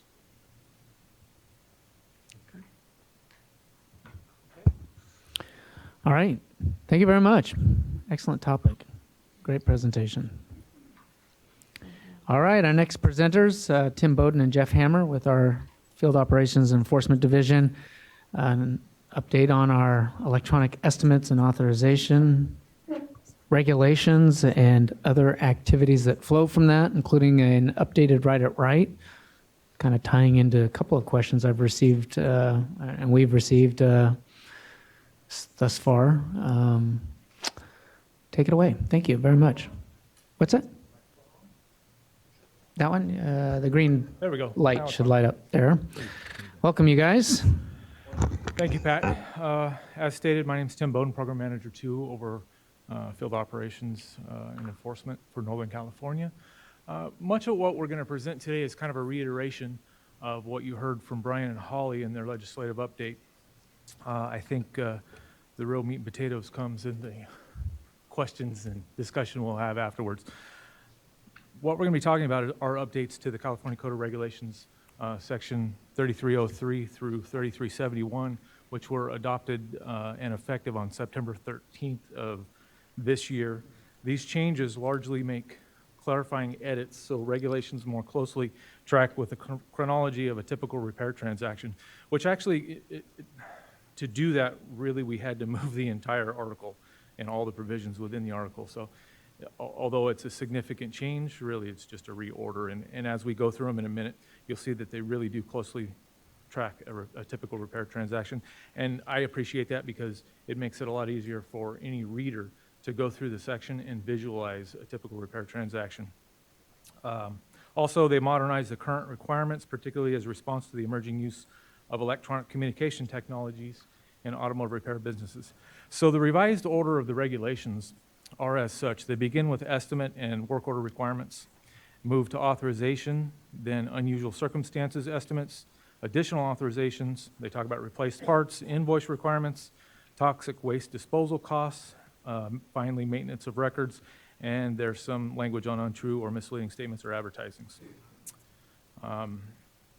Some of the sections remain the same, but the subsections were relabeled for some clarity. Morning, my name is Jeff Hammer. I work for Enforcement Headquarters. Some of the definitions per California Code of Regulations 3352. Estimate means a paper or electronic document provided to the customer that contains an estimated price for labor and parts for a specific job. Work order means a paper or electronic document that contains the estimate and memorializes the customer authorization for the specific job. Invoice means a piece of paper or electronic document provided to the customer that meets the invoice requirements of Business and Professions Code 984.8 and California Code of Regulations 3356. Authorization means a customer's consent to a specific job documented by an ARD in compliance with the applicable sections of bar regulations, written signature, or oral or electronic statement. Electronic means relating to technology, text messages, emails, having electrical, digital, magnetic, wireless, optical, electromagnetic, or similar capabilities. Oral means by voice communication, whether in person, by telephone, or by any electronic manner where a voice can be heard. Notable within these changes are that prior to these changes, previous authorization regulations allowed only email and facsimile transmissions as a way of obtaining electronic authorization. There was no true, fully electronic method to obtain initial authorization to begin a job, and now we've remedied that. The term electronic has been revised to allow all types of electronic communication. Yes, that includes text messages. We've already received a lot of questions on whether or not that includes text, and yes, it does, for estimates, work orders, and invoices. I think the language in this regulation was crafted in a way that it is forward-looking enough to be able to accommodate any future electronic style or electromagnetic type communications. So we're really very happy that we ended up with a package that can endure for a long time now, hopefully. Regarding recording of the electronic authorizations, the ARDs shall document on the estimate and or work order the date, the time, the name of the person authorizing the repairs, and any telephone number or electronic mail address contacted. That's for compliance with the regulation. They'd also need to list the specific job in order to continue to be compliant with the statute. Or they need to produce this information on documents relating to the authorization that supplement the estimate, such as the text messaging. Additional notable changes, the documents supplementing the estimate shall be uniquely identified to link all the documents associated with a specific transaction. The regulation is silent on what that unique identifier is. What that unique identifier is entirely up to the automotive repair dealer. I think most likely, most automotive repair dealers are going to use something like an estimate number or an invoice number and simply transfer that to each of the additional electronic documents, but it can be whatever you want. It's up to the ARD. Parts listed on an estimate are considered new unless otherwise noted. All crash parts on an auto body estimate are considered new OEM unless otherwise noted, and ARDs can now electronically provide estimates and invoices to their customers via, for instance, email and fax. This is kind of going over a little bit what Brian and Holly went over earlier. Business and Professions Code 9880.1 changes. Currently exempts the following services from bar registration and Automotive Repair Act requirements: repairing, changing tires, lubricating vehicles, installing light bulbs, batteries, windshield wiper blades, and other minor accessories, cleaning, adjusting, replacing spark plugs, replacing fan belts, oil and air filters, and other minor services defined by bar and regulation. Assembly Bill 3141, authored by Lowe, amended to provide protection to all consumers in California having auto repairs or services performed while in taking into account the operation of businesses that solely perform maintenance services. This was signed by Governor Brown and will take effect January 1, 2019. What this bill does, it repeals the minor services exemption, but adds an exemption for roadside services. So all automotive repair and maintenance facilities must register with BAR. It defines the term preventative maintenance services to mean checking tire pressure and adding or relieving pressure as necessary, rotating tires, changing transmission fluid, transmission filter, engine oil and filter, differential fluid, power steering fluid, transfer case fluid, changing engine or cabin air filters and external fuel filters, changing engine coolant, performing a fuel system induction service, replacing belts and windshield wiper blades, replacing light bulbs, restoring headlamps, adding oil or fuel treatments through designated fill points, topping off fluids, removal, installation, and replacement of any components necessary to perform any of the listed services, and the tapping of damaged threads without removal of any fluid pan.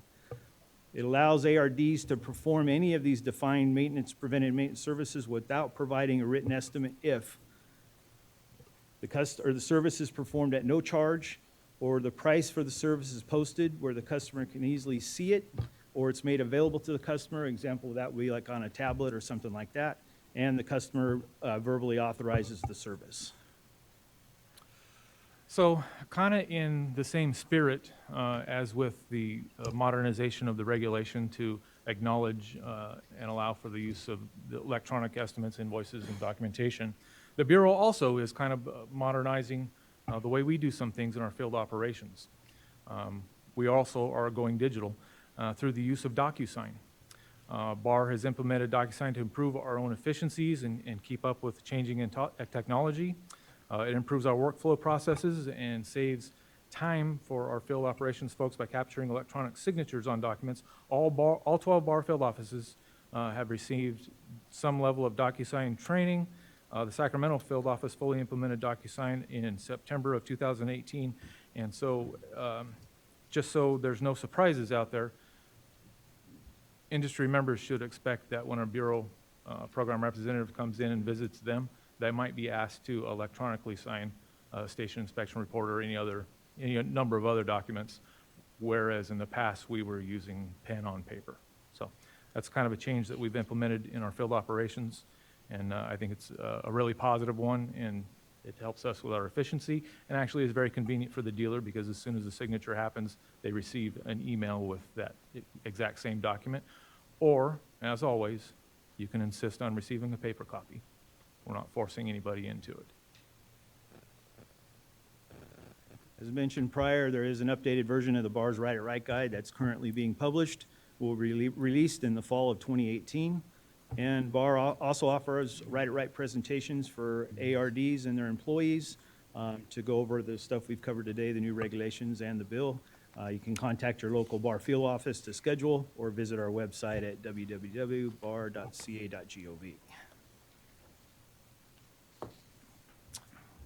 And that'll do it for us. This is, Cover's been finalized, it's yeah. the material inside. yeah, I think we have just a couple of minor edits that Yeah. we want to do again, but But it is we do kind of- actually have one. Yeah, kind of representative of the modern age. We've got someone signing on a tablet, so kind of conveying that electronic modern age that we are all in. Any comments, questions? Well, a few hands have gone up. Mr. Kusa. Thank you for the presentation.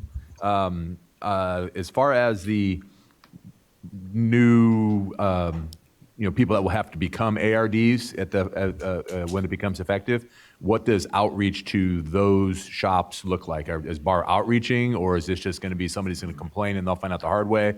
How is that going to be handled? We're estimating at about a couple thousand dealers out there that'll be coming into the family. We're not thinking that we need to have some kind of a proactive like sweep or anything like that. We have enough interaction within the industry on a daily basis that when our people come into contact with a repair dealer that should be registering with us, we'll go into the dealer and offer them an application and a copy of the statute and let them know that it's time to get registered. At this point, we're not going to take any meaningful enforcement action against that. We prefer to implement this in an educational format.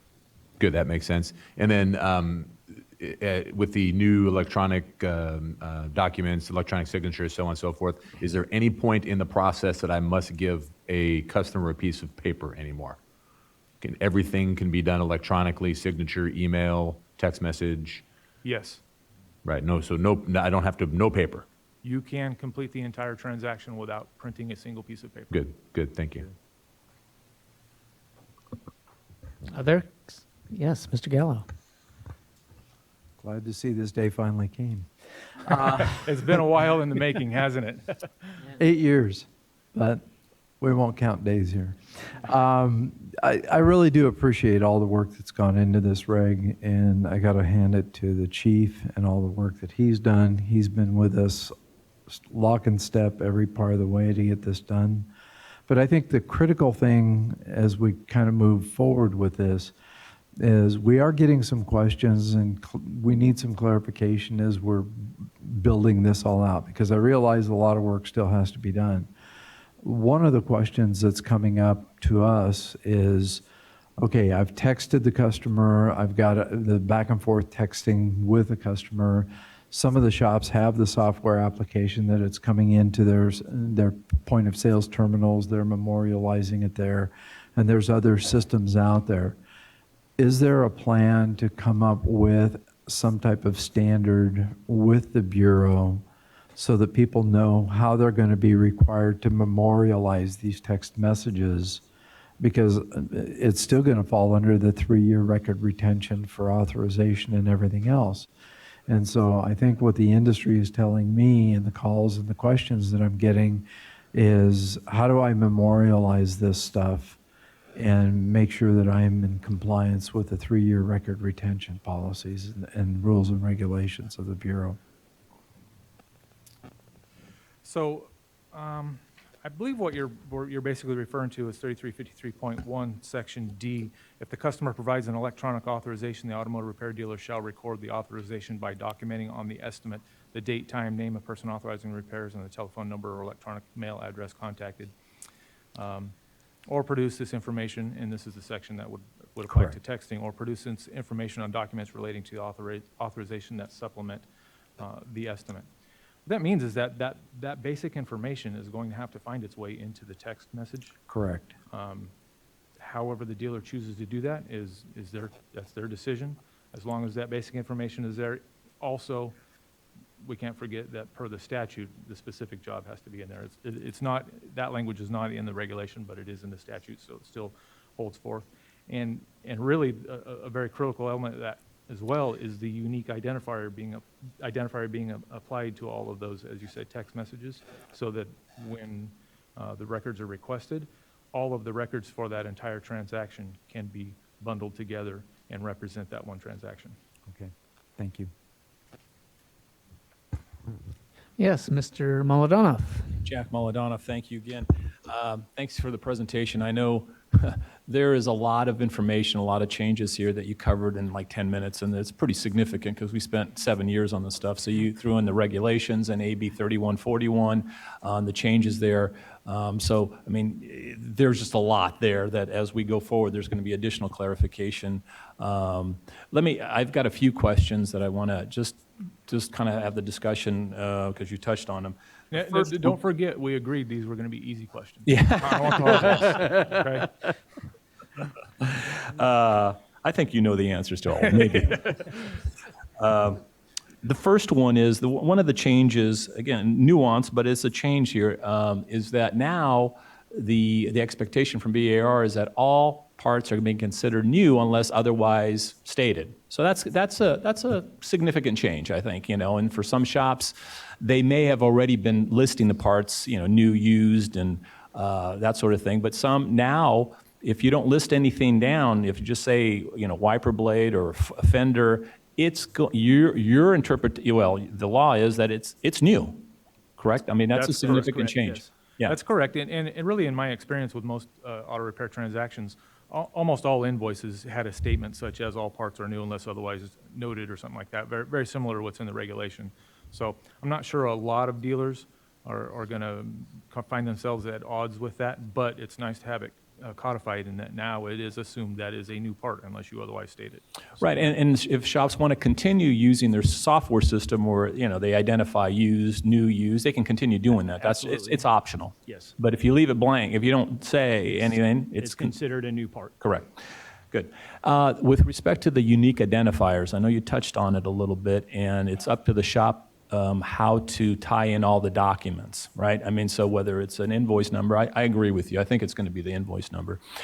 And it could be something else, but the way the law reads, it's pretty broad in terms of other documents. So my question to you is, it's easy. Okay, we can keep the estimate, the authorizations, the invoice, but what about third-party vendors? In other words, I got my parts from an AutoZone, or I got them, from a third party. Now, do those documents, now when we put them all together, do they need to include that unique identifier? Yes. Okay. I mean, that's a significant change, right? Because they may have them all together now on paper, in terms of the paper, but they haven't put a unique identifier or an invoice, number on that. So that's a pretty significant change, and I can see some shops tripping over that one. In good faith, they've got them all, they got the documents, but now that change, in my opinion, is pretty significant for third-party documents. They all have to carry a unique identifier. So, Yes. okay.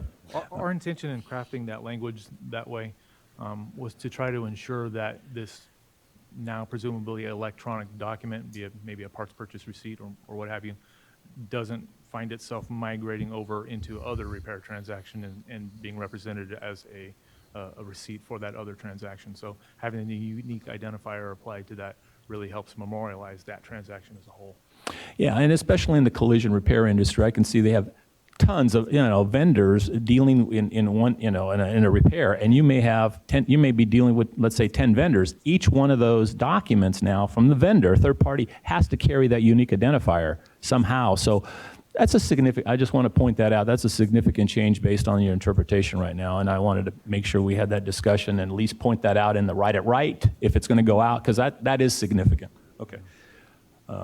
The other area I want to touch on has to do with collision repair parts. As you know, recently there have the Department of Insurance came out with a position paper dealing with opt OEM or alt OEM parts, and there's been some concern out there over the last several years. And I know the BAR has it hasn't changed its position. It's always been if you basically have to identify parts as being new, used, reconditioned, rebuilt, and if you're doing crash parts, they're either OEM, original equipment manufacturer, or non-OEM.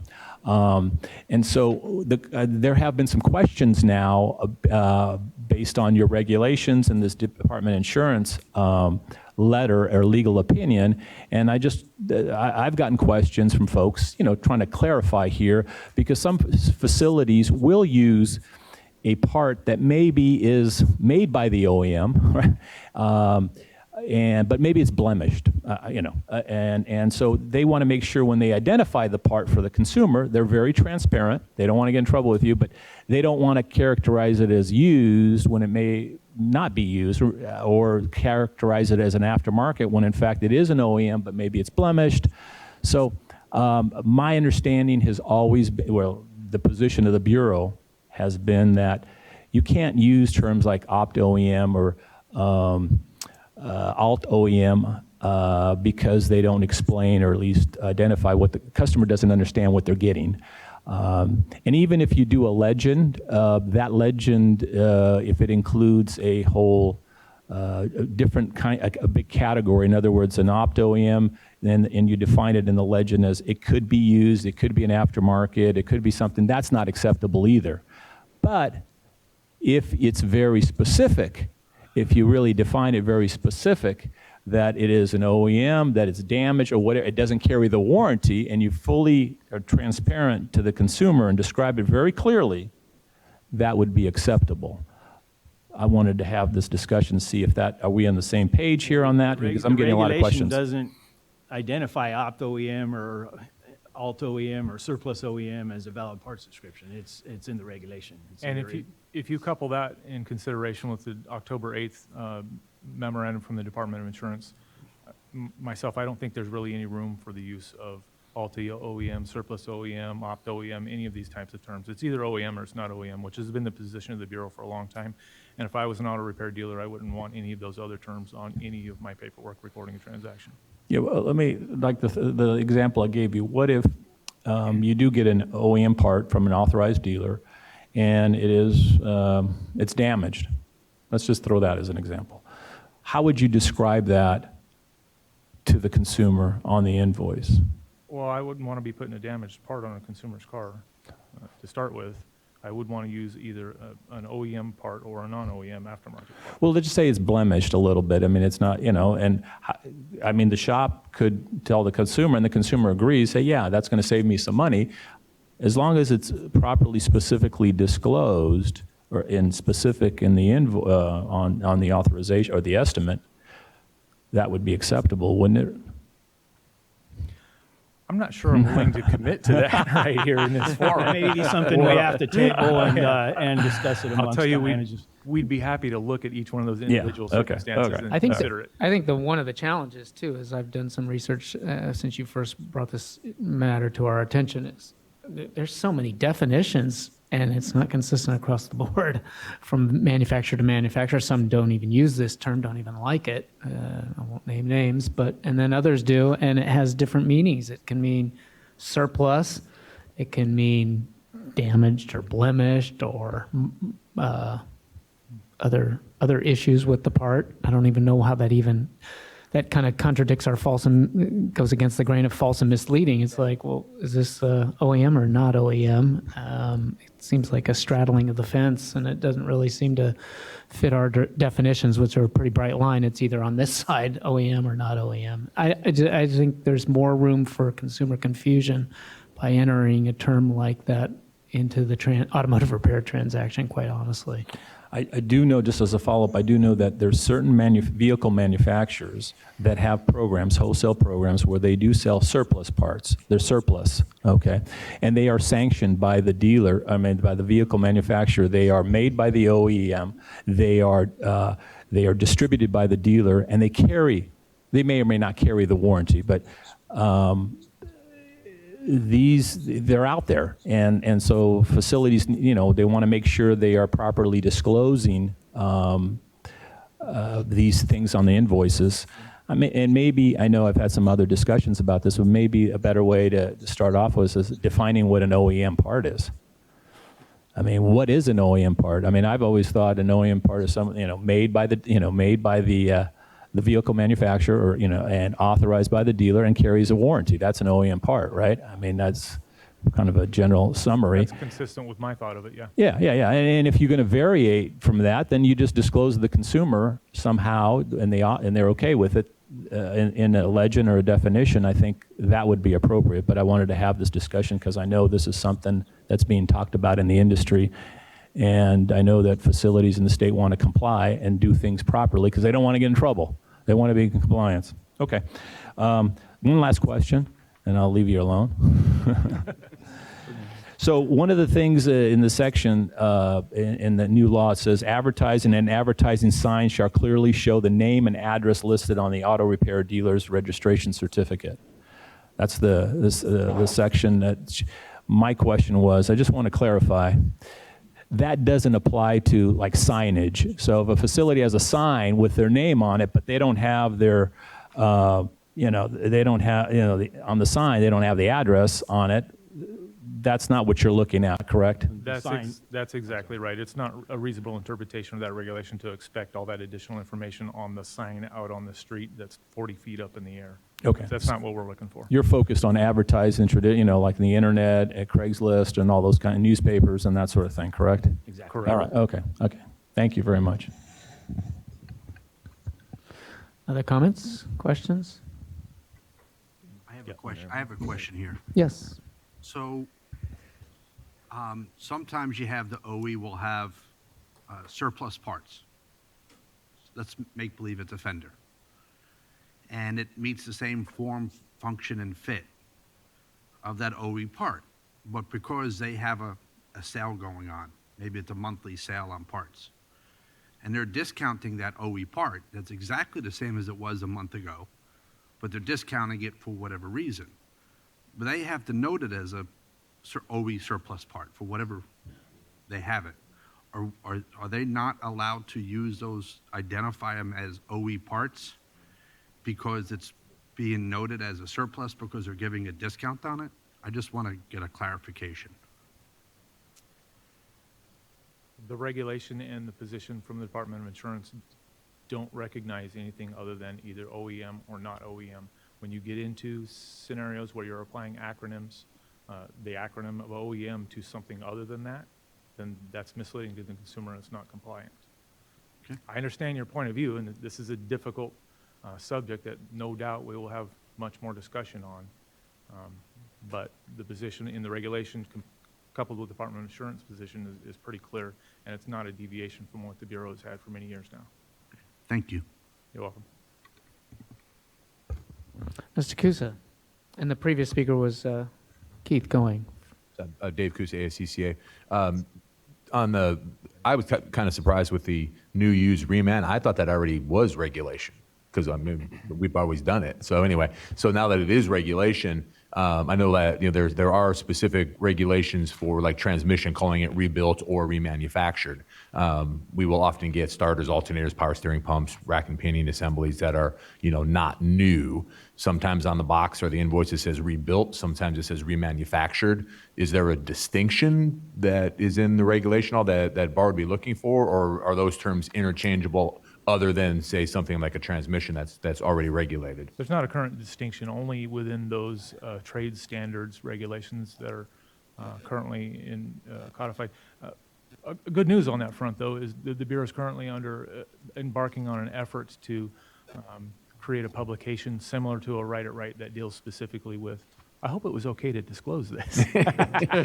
No. That deals specifically with those trade standards issues. It'll be, it'll couple with the Right at Right and will serve as a guidepost and a more of a plain language explanation of the requirements for automatic transmissions, ball joints, the things that we do have specific trade Got standards. it. Good. for. Okay. Cool. That'd be great. That'd be helpful. And then 2 follow-on questions. The parts invoice.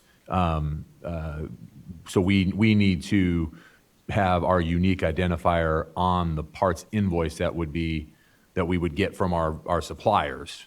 Yes. Okay, and that's good. That's good to know. And then lastly, just on the email text messaging. So obviously, currently, we have to have the name, the phone number, time, who we talked to, what we talked about, prices, what we're doing, so forth, and then whether it's verbal or in person. So And the specific job. Sorry. in to the interrupt. specific job, yeah. So if we get an email rather than having the phone number, we could put the email address on the invoice. So at that point in time, do I need to keep that email somewhere, or? If the email is containing authorizations, it certainly should become and needs to become a part of the Okay, file. so we'll keep the email, for that okay. transaction. Email's already been an electronic form that's been approved for a Right, while. right. And we Yeah, but tell if shops, I print get- the email out, put it with your repair file, and then you have the authorization. Right, but if I get verbal authorization over the phone, I just have to write, do what we do now. So why is there a distinction in that? I mean, why wouldn't just be putting an email? I received authorization via email. All the other information is meeting regulation. Why do I need the email? I'm not sure I'm following your question. Well, so if I have your car for repair and we found out what's going on, I need more money to fix your car, and I call you and I have all the documentation and your phone number, and you say, yeah, Dave, go ahead. I have your phone number, and I got your verbal authorization over the phone, right? I don't need a recording of the phone call, right? I just need the phone number I called. So if I email you and I just put the email address instead of the phone number because we got email authorization, you said, yeah, Dave, go ahead. Why do I need the email? Yeah, the email address that you contacted is compliant with, now I understand, I'm sorry. Okay. The email address that you contacted is required to be recorded there. Right, on the invoice. On the invoice. And but do I need the email at some point in time? Do you need to actually print the email itself? Or, have access to it in some fashion, right? Right, I mean, I would electronically store Certainly it. should. Yeah. Be a best practice, I would imagine. Well, yeah, I mean, that's what I'm saying. I mean, I know what I'm going to do, but, to be in compliance with the regulation, if there's a discussion, if there's a complaint and the bar rep shows up at the shop and says, here's my paperwork, I got email authorization, is the rep going to say, show me that email? Because I can't say, you can't say, show me the recorded phone call. I don't think in that situation you got email authorization. Didn't you speak to the consumer on the phone? No, I could have done it on that's what I'm saying, right? I mean, It kind of sounded to I me like didn't. in your question. Well, you were- I'm using it as a comparison, right? If I get verbal authorization on the phone, I'm only required to record the phone number that we talked on, right? That I some called. other things. Exactly. Well, all the other stuff doesn't Yeah. change, right? Just the form of authorization. If I don't talk to them, I send them an email, right? Here's a copy of your estimate attached to the email. Here's what we need to do. Here's how much it is, and you say, go ahead, Dave. That's great. I put the email address instead of the phone number. That is compliant with the Right. first section of the regulation. Right. So do I need that physical email at some point, right? If there's a complaint, right? Is the bar rep going to say, you got authorization by email? Show me the email. I'll go back and read the specific section again for because what you're talking about is additional authorization, right? Right. Okay. So if you exceed the original estimate except as provided in subsection C, before any additional diagnosis and repair is commenced and before any additional charges accrue for labor or parts in excess of the original estimated and authorized price, the automotive repair dealer shall give the customer an estimate that describes all additional parts and labor, and provides the cost for all additional parts and labor, and provides the total revised cost, obtain the customer authorization, and record the authorization as specified in 3353-1. And as specified in 3353-1, we migrate back to the electronic, the definition of the electronic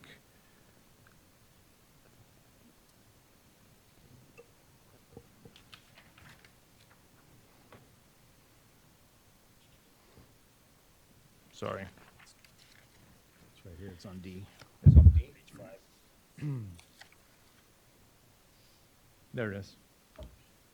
The customer provides the electronic authorization. The automotive repair dealer should record the authorization by documenting on the estimate the date, the time, name of the person authorizing the repairs, the specific job to be compliant with the statute, and the telephone number or electronic mail address contacted, if any, or produce this information on the documents relating to the authorization that supplement the estimate, which I think is where the confusion lies. Right. I'm reading, I'm hearing that as or, right? I have the email Or. address or I have the email.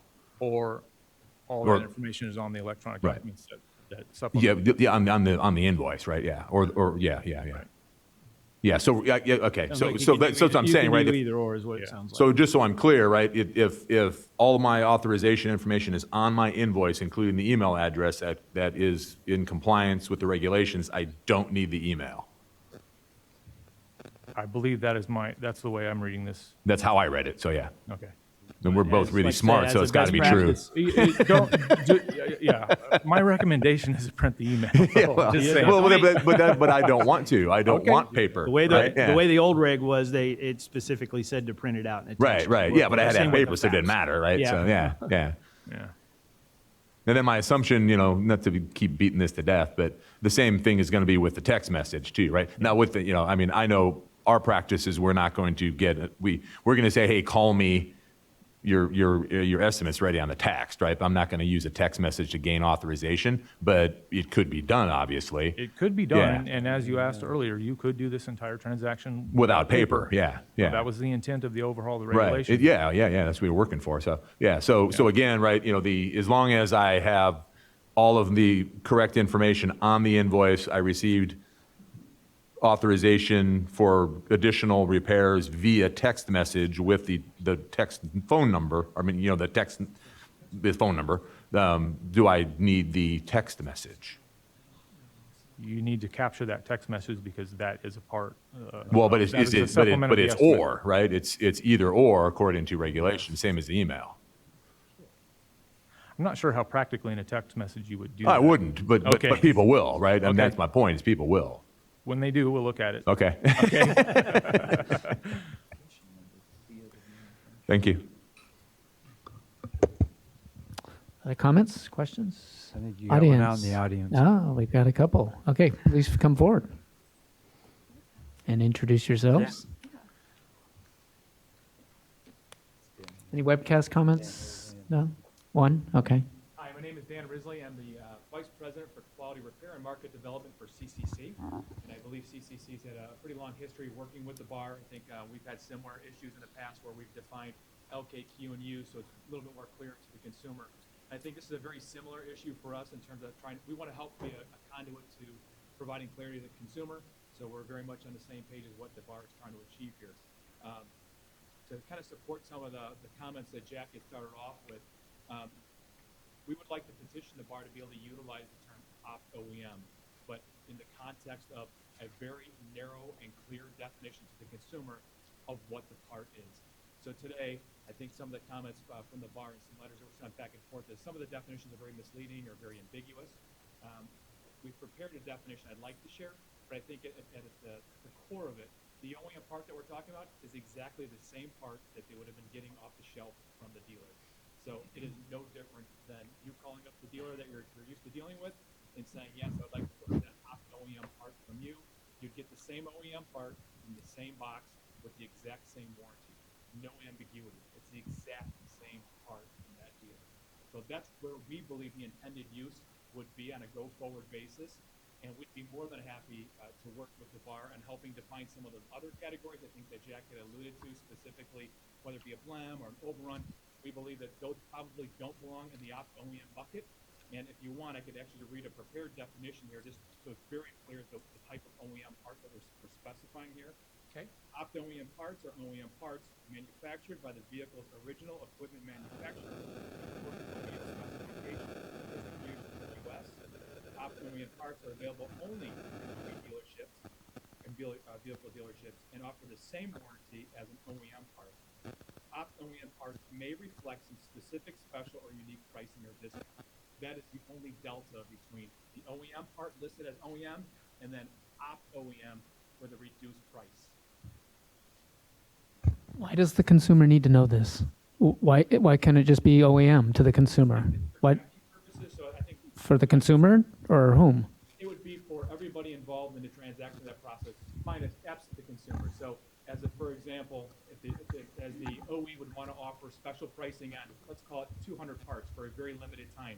They would have promotional pricing for that subset of parts for a limited time, and they would like to be able to track and monitor that. So CCC has relationships with several of the OEs today that work on this, and they're smaller subsets of parts. They're not blends, they're not overruns, they're not used, they're not manufactured. They're OEM parts in the OEM box from the dealer that they normally buy their parts from anyways. What do you propose we do for manufacturers who don't even recognize that term, which I know there's some out there that don't? If they don't utilize that, it wouldn't show up on our system. So our recommendation is if you're using opt OEM, it's only for those OEs that are identifying that they have special pricing on these parts for a limited time. Can't this same tracking be done separate and apart from the estimate invoice and paperwork that the consumer receives? Because that's really where the issue is the potential for misleading information getting to the consumer. So if you're concerned about a tracking mechanism. Yeah, we'll have to have the question answered on the microphone. Sorry to interrupt. Sorry. No one can hear it. No, you're good. I need to bring the... Can you restate your question on the microphone? Yeah. 'Cause I think People are not able to there's hear. some value to this discussion. So the question would... You can sit down if you like. Okay. Wow, I get special treatment here. Okay. So the question is, if a shop or an insurer were to prepare an estimate that listed opt OEM as a part with a very narrow and clear description, whether it be in the legend or definition or description, I think there's a lot of terms that are being used here, but it's listed on the estimate as being an OEM part from the same vehicle distribution that you'd be buying it from, same warranty, same box, same everything. The only delta being that the OEM had wanted to offer up a special promotional or discounted part price. That's it. All the other items would be in a different bucket that would require a different conversation for a different day. But solely for today's conversation, opt OEM being utilized as an OEM part that you would normally get from your dealer at any other transaction of business. You had mentioned before that this was in part for tracking mechanisms to record the discounted part, the promotion. And our concern, I think, is the potential for those terms that are ambiguous migrating over to the invoice for the consumer. And I only wonder if that same objective can't be achieved without putting a statement on the consumer's invoice that is not recognized by either the Bureau or the Department of Insurance. In other words, if you need to track that kind of stuff or the use of these different parts, you say they're identical. Why does that information need to go to the consumer's invoice? Because it's a limited time. It's just a promotional piece being offered up through the OE. So an OE might have thousands of SKUs, and they might come to us and say, the OE now, we have a limited number of parts, let's call it 400, that we'd like to offer up as a promotional part price. They would still get it from the dealer, still same warranty. We just want to offer a discount on these parts for a limited time. And then that is our mechanism for us to be able to track that for them and show the rewards, if you will, of their promotional pricing and success of that. And again, we'd be more than happy to work with the bars we have in the past to help identify and define all these other things that we've talked about, whether it be a blem or an overrun. We want to put those as an aside because they do warrant clarification for the consumer on an estimate and however means the bar would like to achieve that goal. I don't think that we're going to come to a resolution in this format here, but I'd really like to get your point of view or perspective or proposal in writing so that we can take it back to the Bureau and table it and discuss it and get back to you. Okay, that's great. Thank you for that opportunity. And as far as timing goes, I know I don't want to pin you down here, but I do want to pin you down. I could get together with you tomorrow and give you an outline of our definition, but is this something that you think that we'd be able to move forward pretty quickly? John, how long does regulation take at a bar? Well, you're sitting right next to the librarian, Lou, and Lou and I worked on the disciplinary guidelines for 12 years, and it was Chief Duray that finally saw it through the finish line. So you might want to be careful, Dan. I'm busy tomorrow. Yeah, it would require a change in our regulations, which just went through an extensive amendment process that took several years to do. Obviously, this wouldn't be as comprehensive or involved as the other changes you're talking about, but it would require a change to our regulations. So last question. So I will certainly take you up on that offer. Starting immediately, so for shops and insurers are watching online now, if they were to prepare an estimate today and write opt OEM and then clearly define in there that this is a new OEM part, which is what the requirement was here, it's defined as a new OEM part, would the bar find them in violation? He said two things. The only estimates we recognize are those prepared by automotive repair dealers, not necessarily an insurance representative. So I'm not. So an automotive repair dealer would be in violation of the Automotive Repair Act and its regulations as we see it right now. As it is today, it's Yeah. OEM or it's not OEM. Okay. So, Okay, I will follow up with you then. Thank you for that opportunity. Thank you. Okay. I think one of the things, just to finish off the comment here, is I appreciate the fact you've narrowed down the definition, but others haven't. Others are using opt-OEM for aftermarket. Everything under the sun.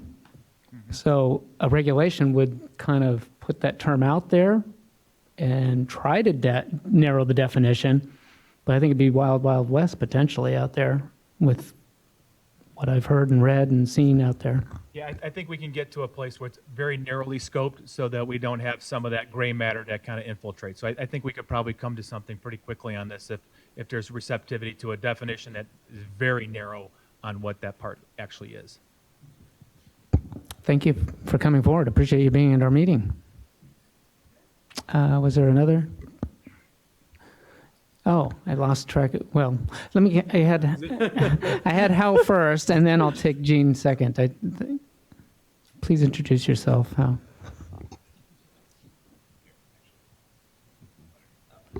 Thank you. Hello, my name is Hal Nguyen. I'm with KPA, formerly Auto Advisory Services. We provide legal compliance to automotive repair dealers. And I just wanted to take this opportunity to seek some clarification on the preventative maintenance services. And it's on slide 9.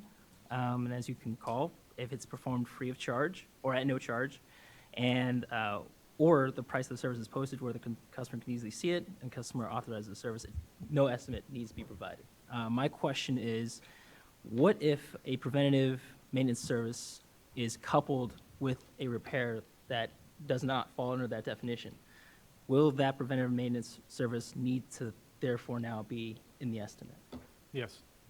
Okay, so as you know, there are certain ARDs, some new car dealers and certain small independents offer courtesy multi-point inspections, right?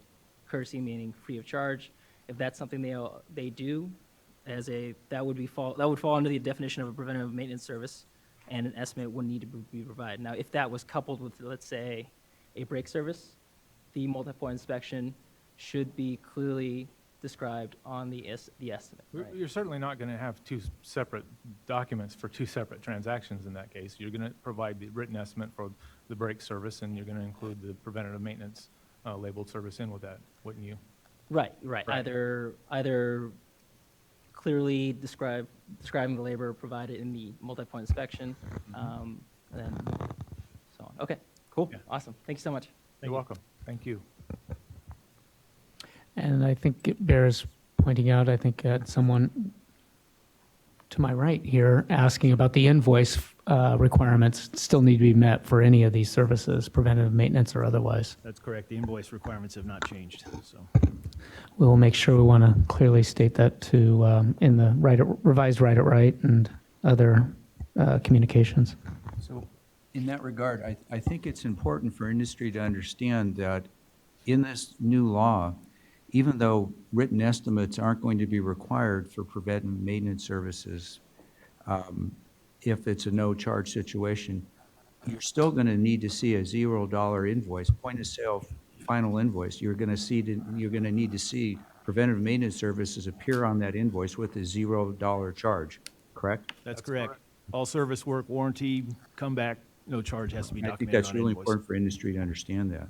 Because a lot of the point-of-sale software programs, they're going to start with the written invoice, and then it's going to carry through to the work order, then to the final invoice. So somewhere in that process, even if you don't start with the written estimate, you better pick up that preventive maintenance service and show it as a $0 on the final point-of-sale invoice. That's a good point, Lou. Thanks for bringing that forward. Yes, welcome. Please introduce yourself. Hi, I'm Carolyn Cocolette from Shopware Inc. Pleasure to be here. Congratulations, Chief DeRay and the rest of the team for finally getting the electronic regulations out there. Super excited. Just wanted to clarify, thank you for the additional information about the unique identifier. We'll assume that, you know, the repair order number is used as that number. If you were to send an email to a consumer or a text message and you were wishing to capture authorization for additional work, whether it's the original estimate or additional work through either one of those means, you were using the repair order number as the unique identifier, you will still need to include all of the details of the labor and the parts, the part numbers, the prices, all that stuff within those communications. Is that correct? Yes. Terrific, thank you.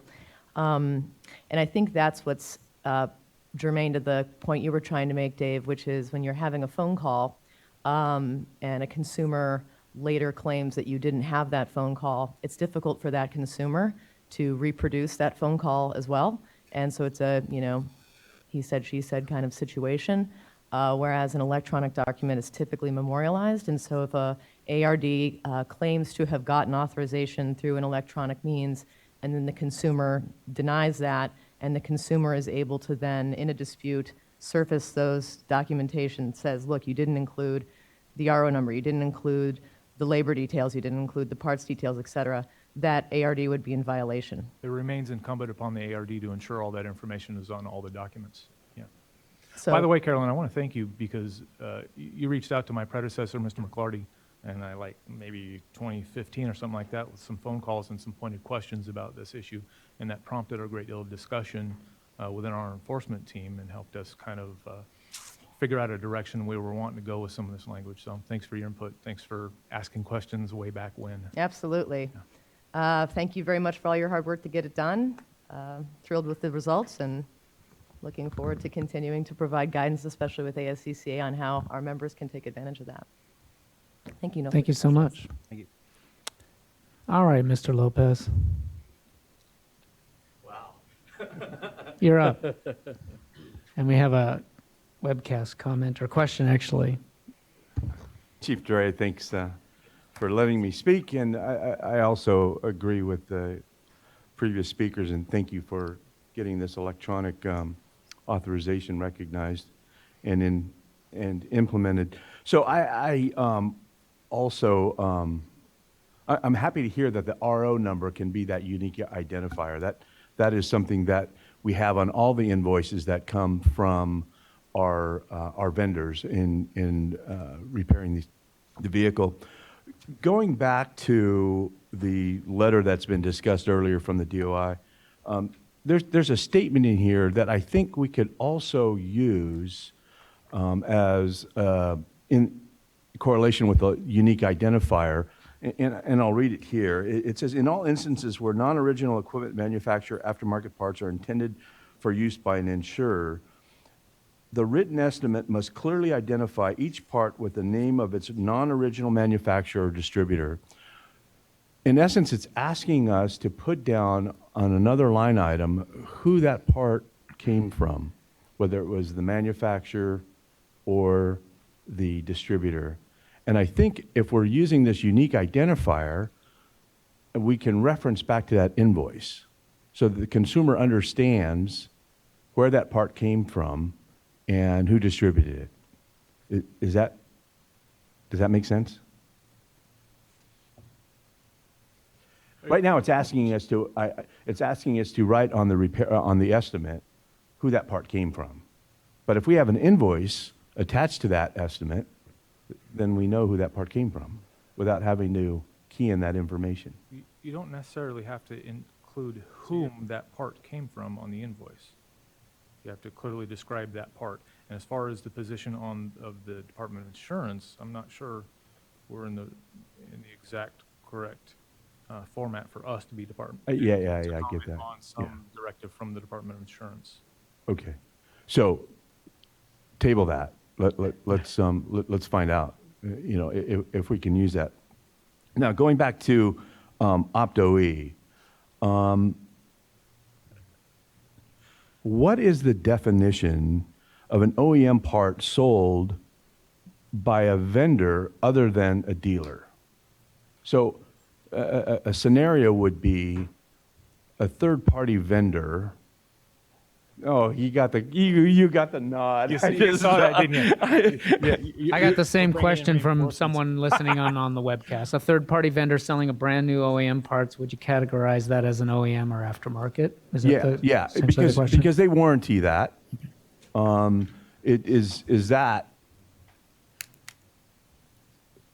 what would that definition be? Are we calling it a used part? We can't call it Opto-E. Are we calling it a new part? Because it is a new part. It's never been on a vehicle before. And it carries the warranty of the vehicle manufacturer, but it doesn't come from a dealer wholesaler, or excuse me, a manufacturer wholesaler. I can answer that for you. Jaime Ramos, Bureau of Automotive Repair, Program Manager 2 over Field Operations and Enforcement. So, Gene, what you just described right now it's exactly per our definition of what an OEM part is. Our current regulation right now.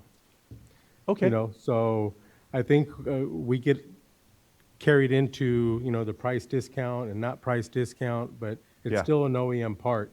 I think we can probably sit down and discuss other ways where maybe estimating programs can capture that price discount, maybe like a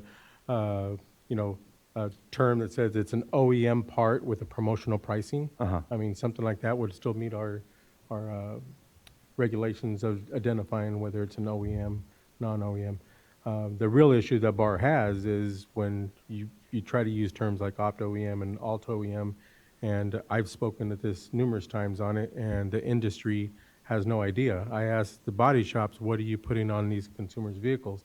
And they said, well, it could be a blemish part, it could be an overrun part, and I mean, I had to stop them mid-sentence and say, that's it.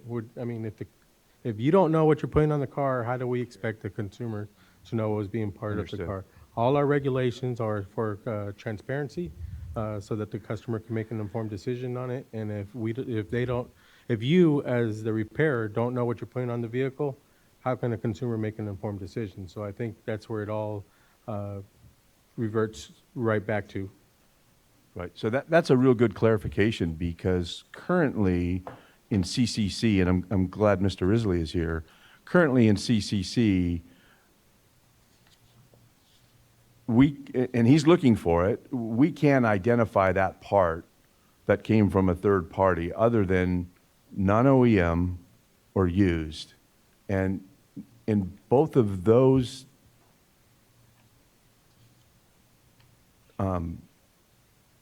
descriptions, if you will, don't meet what that part really is. It is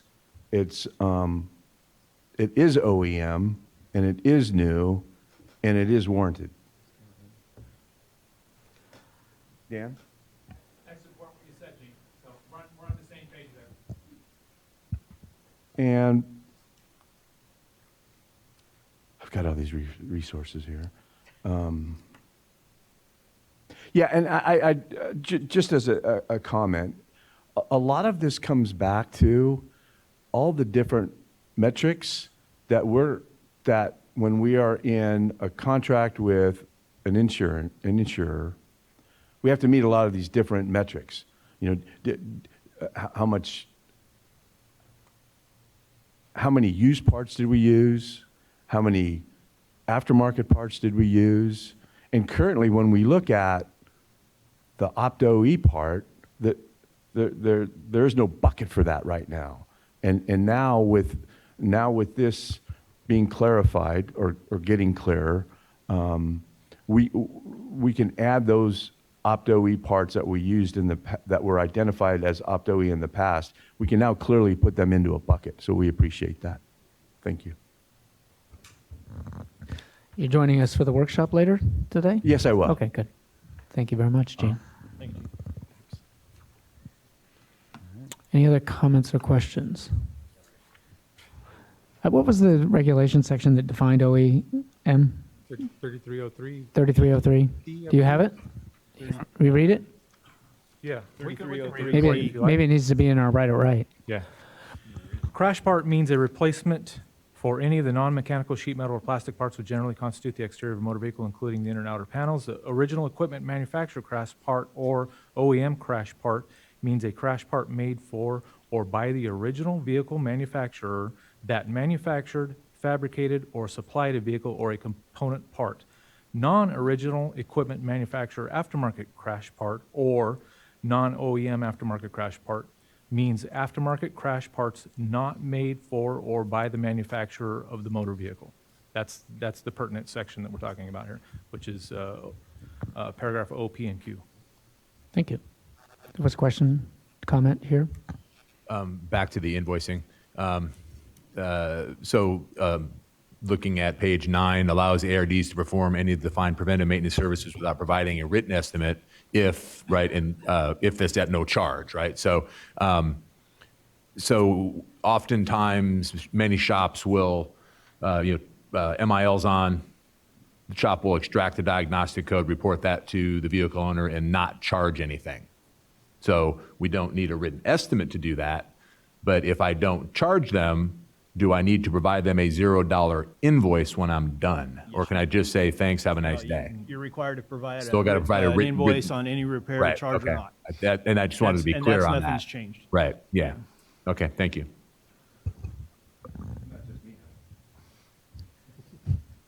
Other comments, questions?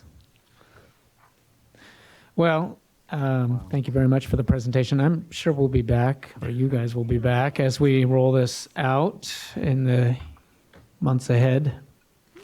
But thank you very much. It's a very involved topic. Once you touch our regulations, it certainly has its tentacles in a lot of different areas. So thank you for doing your best to simplify the significant changes that were made over the last 7-8 years of work on the part of this group. Thank you all who participated in that effort. We couldn't have done it without you. Thank you. Our last presentation, Bill Thomas, right? Did I look at that right? On the web license lookup update that the department just rolled out. Welcome, Bill. Thank you for your patience. We're getting close to the end of the day. Thank you, Pat. I'm hoping this will be a lot less controversial, or I'm expecting it will. What's your opinion on Opto-EM parts? I think it was about 2-3 years ago when I think Lou asked me a question, and I said opinions like that are above my pay grade, so I'm going to defer to that again. So the title of this presentation is a little misleading, quite honestly. It says Web License Lookup Update. The update is there is no longer a web license lookup. It is now referred to as, well, first of all, the web license lookup is being replaced with a what is now called the DCA license search. It has a new appearance, and there's more drop-down menus on the main page to facilitate an easier search. The main search page of the DCA license search looks like this. In this example on the slide, where it says boards and bureaus, the user can click on that, and all of the DCA's boards and bureaus will be displayed there. Obviously, for this example, we're using Bureau of Automotive Repair. Below that, under license type, for Bureau of Automotive Repair, if the user was to click on that, you would have station license, brake and lamp station license, technician licenses, and adjuster licenses to choose from. And then another key point would be the license number.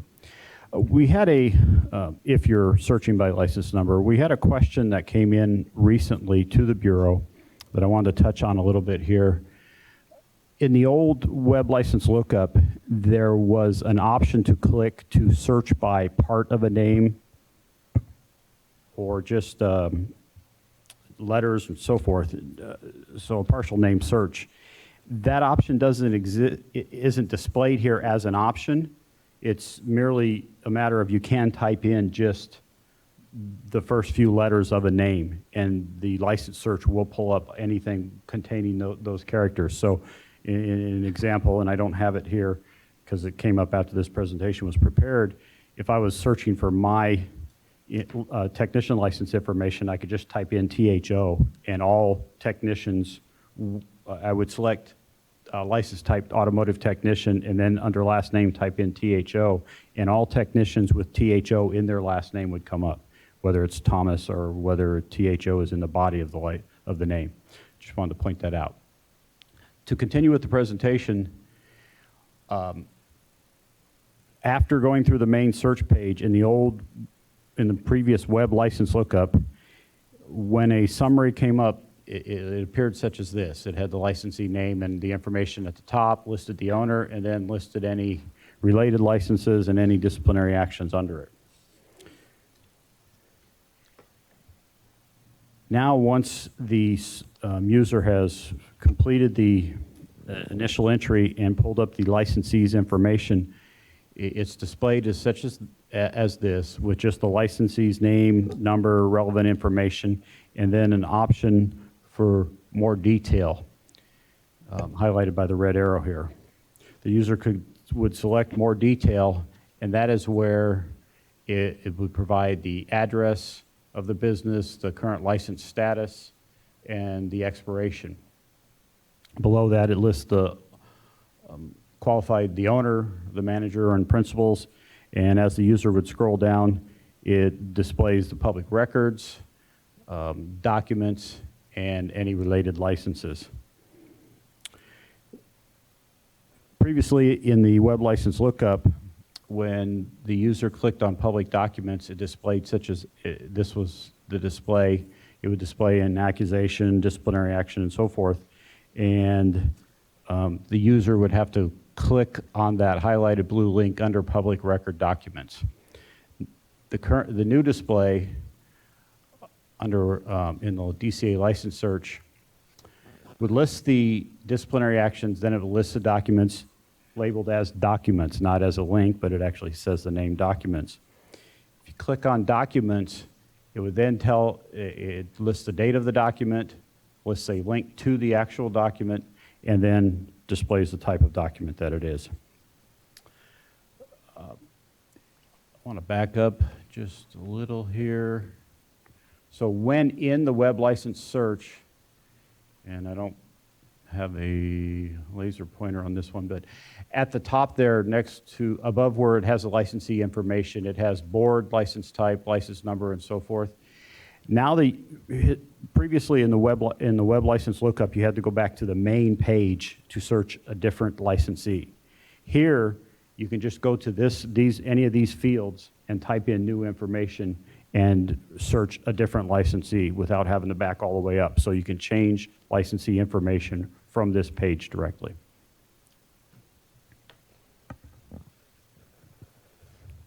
And there's the links, and that's it. Thank you, Bill. Can you go back to slide 7, I think it is? 7. Slide 7. Yeah, so you have, before it used to be one it used to be public records and documents. What's the separation there now? What's the difference between go 7 or where? The old license Yeah, lookup would say the same thing. but now it's been split into 2. Disciplinary actions in some license lookups, and it was, I didn't have access to it anymore because it no longer exists, but in the Right. web license lookup, sometimes where it says disciplinary actions, it would say public records. Right. And it would be displayed as, the disciplinary action would be displayed as a record, or citations would be displayed there as a public record.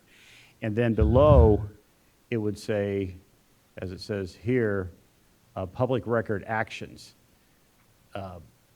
So that's the difference in this one, is public records is actually the actions display is our CAS record, and showing the discipline in CAS. In CAS, for those who don't know, is the Consumer Affairs Systems. That's the Bureau's licensing and enforcement database. And then the documents are the actual document related to that action. Oh, okay. Okay. Comments, questions?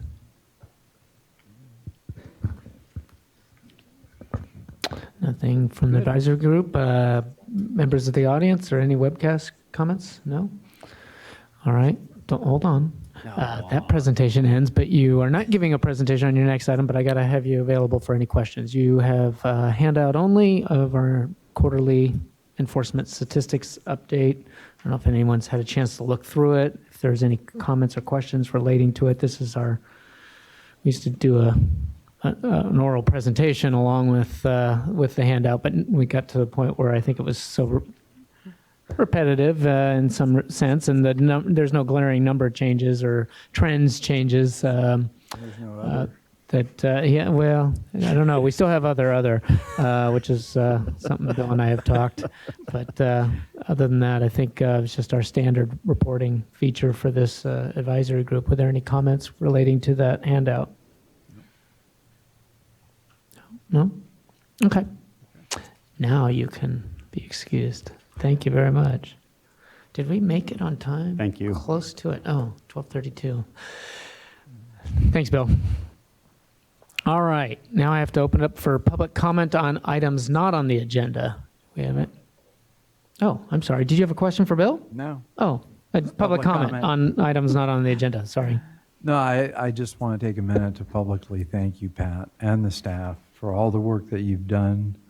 It was funny, I was sitting on the airplane this morning, which I've done for 33 years, coming into meetings up here, and sitting there going, wow, what a year. When I think through all the things we've accomplished the last 2 years, it probably sets a record in all the time that Lou and Jack and many of us have spent in meetings up here. And I applaud you for all the work that you've done, not only to finally get the disciplinary action guidelines done, to get the mobile ARD license and registration done, now the electronic documentation and authorization, and then I think the gold star goes to Jack and to Mike and everybody else that worked on AB 3141, including the Oil Changers Association, including AAA. There was compromise by everybody to get this done, but you know what? We finally got it done. It took us 7 years, 3 different authors, and countless hours, but I think we finally leveled the playing field for the industry and improved the consumer marketplace for consumers and businesses alike. So with that, I want to thank you. Oh, thank you very much. Certainly the Bureau's work these last couple of years could not have been done without the efforts of this body. This advisory group plays an important role in our regulatory efforts to do exactly what you said in terms of leveling the playing field, making sure that there's a fair and competitive marketplace for consumers. And I think that we're all on the same page there. So thank you all who have helped guide us for the last, I don't know how many years with this advisory body, but it's a really, really critical feature of what we use to guide us in our regulatory path. Thank you so much. Any other comments for our public comments for items not on the agenda? No? Okay.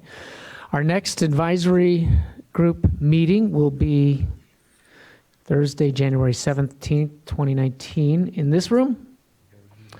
It is currently scheduled for this room, but please pay attention to our calendar on our website to make sure that you look for any possible changes. Sometimes we do get moved to the other facility. Okay, thank you. All the dates for the entire calendar year 2019 will be posted on the website later today or tomorrow by the end of the week, certainly.